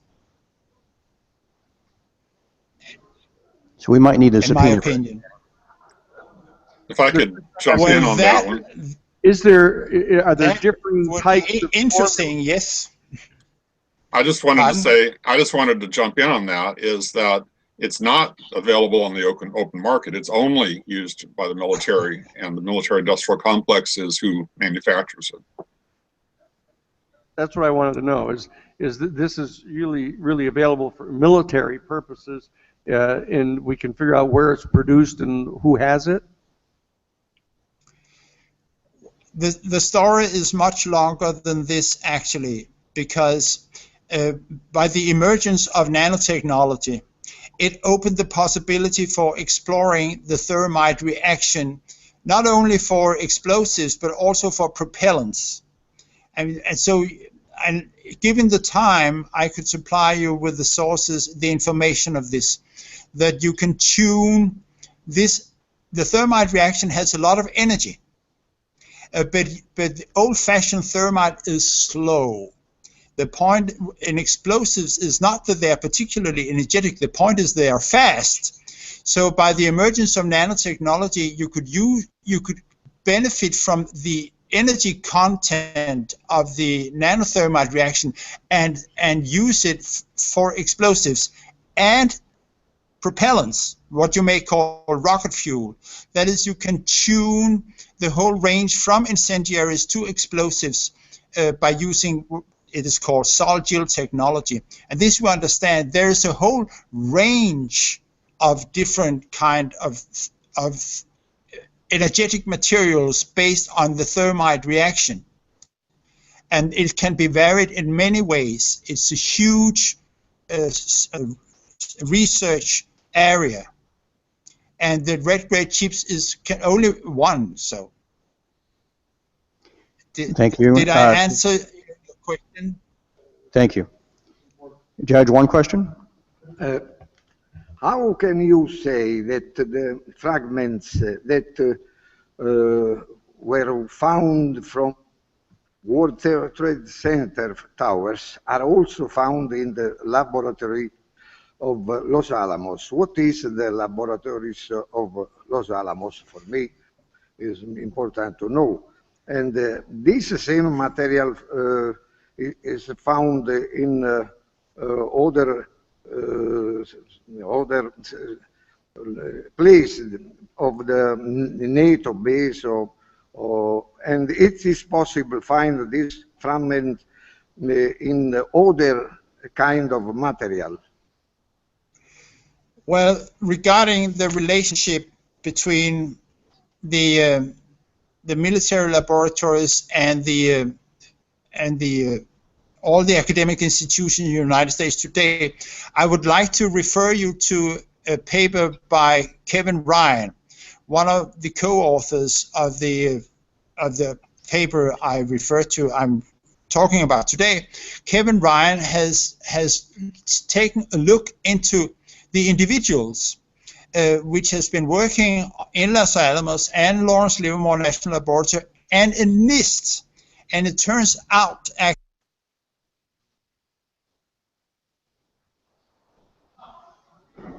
We're just getting to the good part.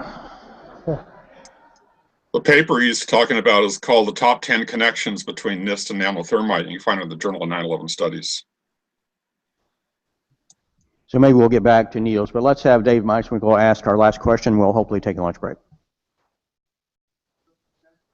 Can't hear you. The presenters, any of them or all of them, can they conclude that within a reasonable degree of engineering certainty, the WTC-7 and the World Trade Center towers did not come down because of office fires? Why don't you state your names, each of our remote speakers and our esteemed speakers in the House, and then your one-word conclusion, your one-word opinion to that question. Well, I'll start. Are you there? My name is David Chandler, and my opinion is no, it did not come down due to office fires, none of them. John? Sure, yeah, I'll go next. My name is Jonathan Cole, PE, and after analyzing the motions of the towers and the fact that the official story relies on fire and those motions cannot be replicated, and I can categorically say that those towers could not have come down by gravity alone or fires. Steve?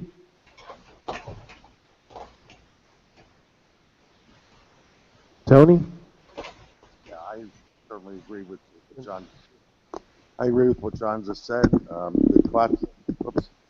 The collapse dynamics are such that it could not possibly happen due to fire. Who did we miss?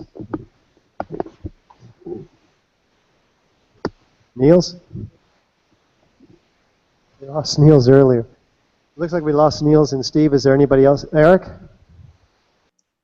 This is Eric. I would say that's not my area of expertise on the actual collapse itself, but I would say on the investigation, I'm 100% convinced that there is an intentional cover-up based on the negligence and the unwillingness to follow national standards. Thank you. Mr. Leroy Hulsey. This is a professional opinion. And I believe that office fires did not bring down any 3 of these buildings. Richard, and just to follow up, we have the government's position, and we have architects and engineers' position. We have the laws of physics or the laws of nature. And in a court of law, a judge can take judicial notice. These are things that both sides agree on. In your opinion, in this, with regards to the reports that the government have presented, how many times are they contrary to the laws of physics? The laws of physics govern in this universe, and I have forgotten to provide my own opinion. These 3 buildings most certainly did not come down due to office fires. Just to get closure on Dave's question, if anyone wants to, Richard or anyone else wants to answer, are there, in your observations, examples of where the government's conclusions defy the laws of physics or science? Well, that's sort of my bailiwick. I'm a physics teacher. It violated conservation of energy. It violated conservation of momentum. They basically discount Newton's laws of motion. I mean, it is a wildly fictitious report as far as trying to actually align with the laws of physics.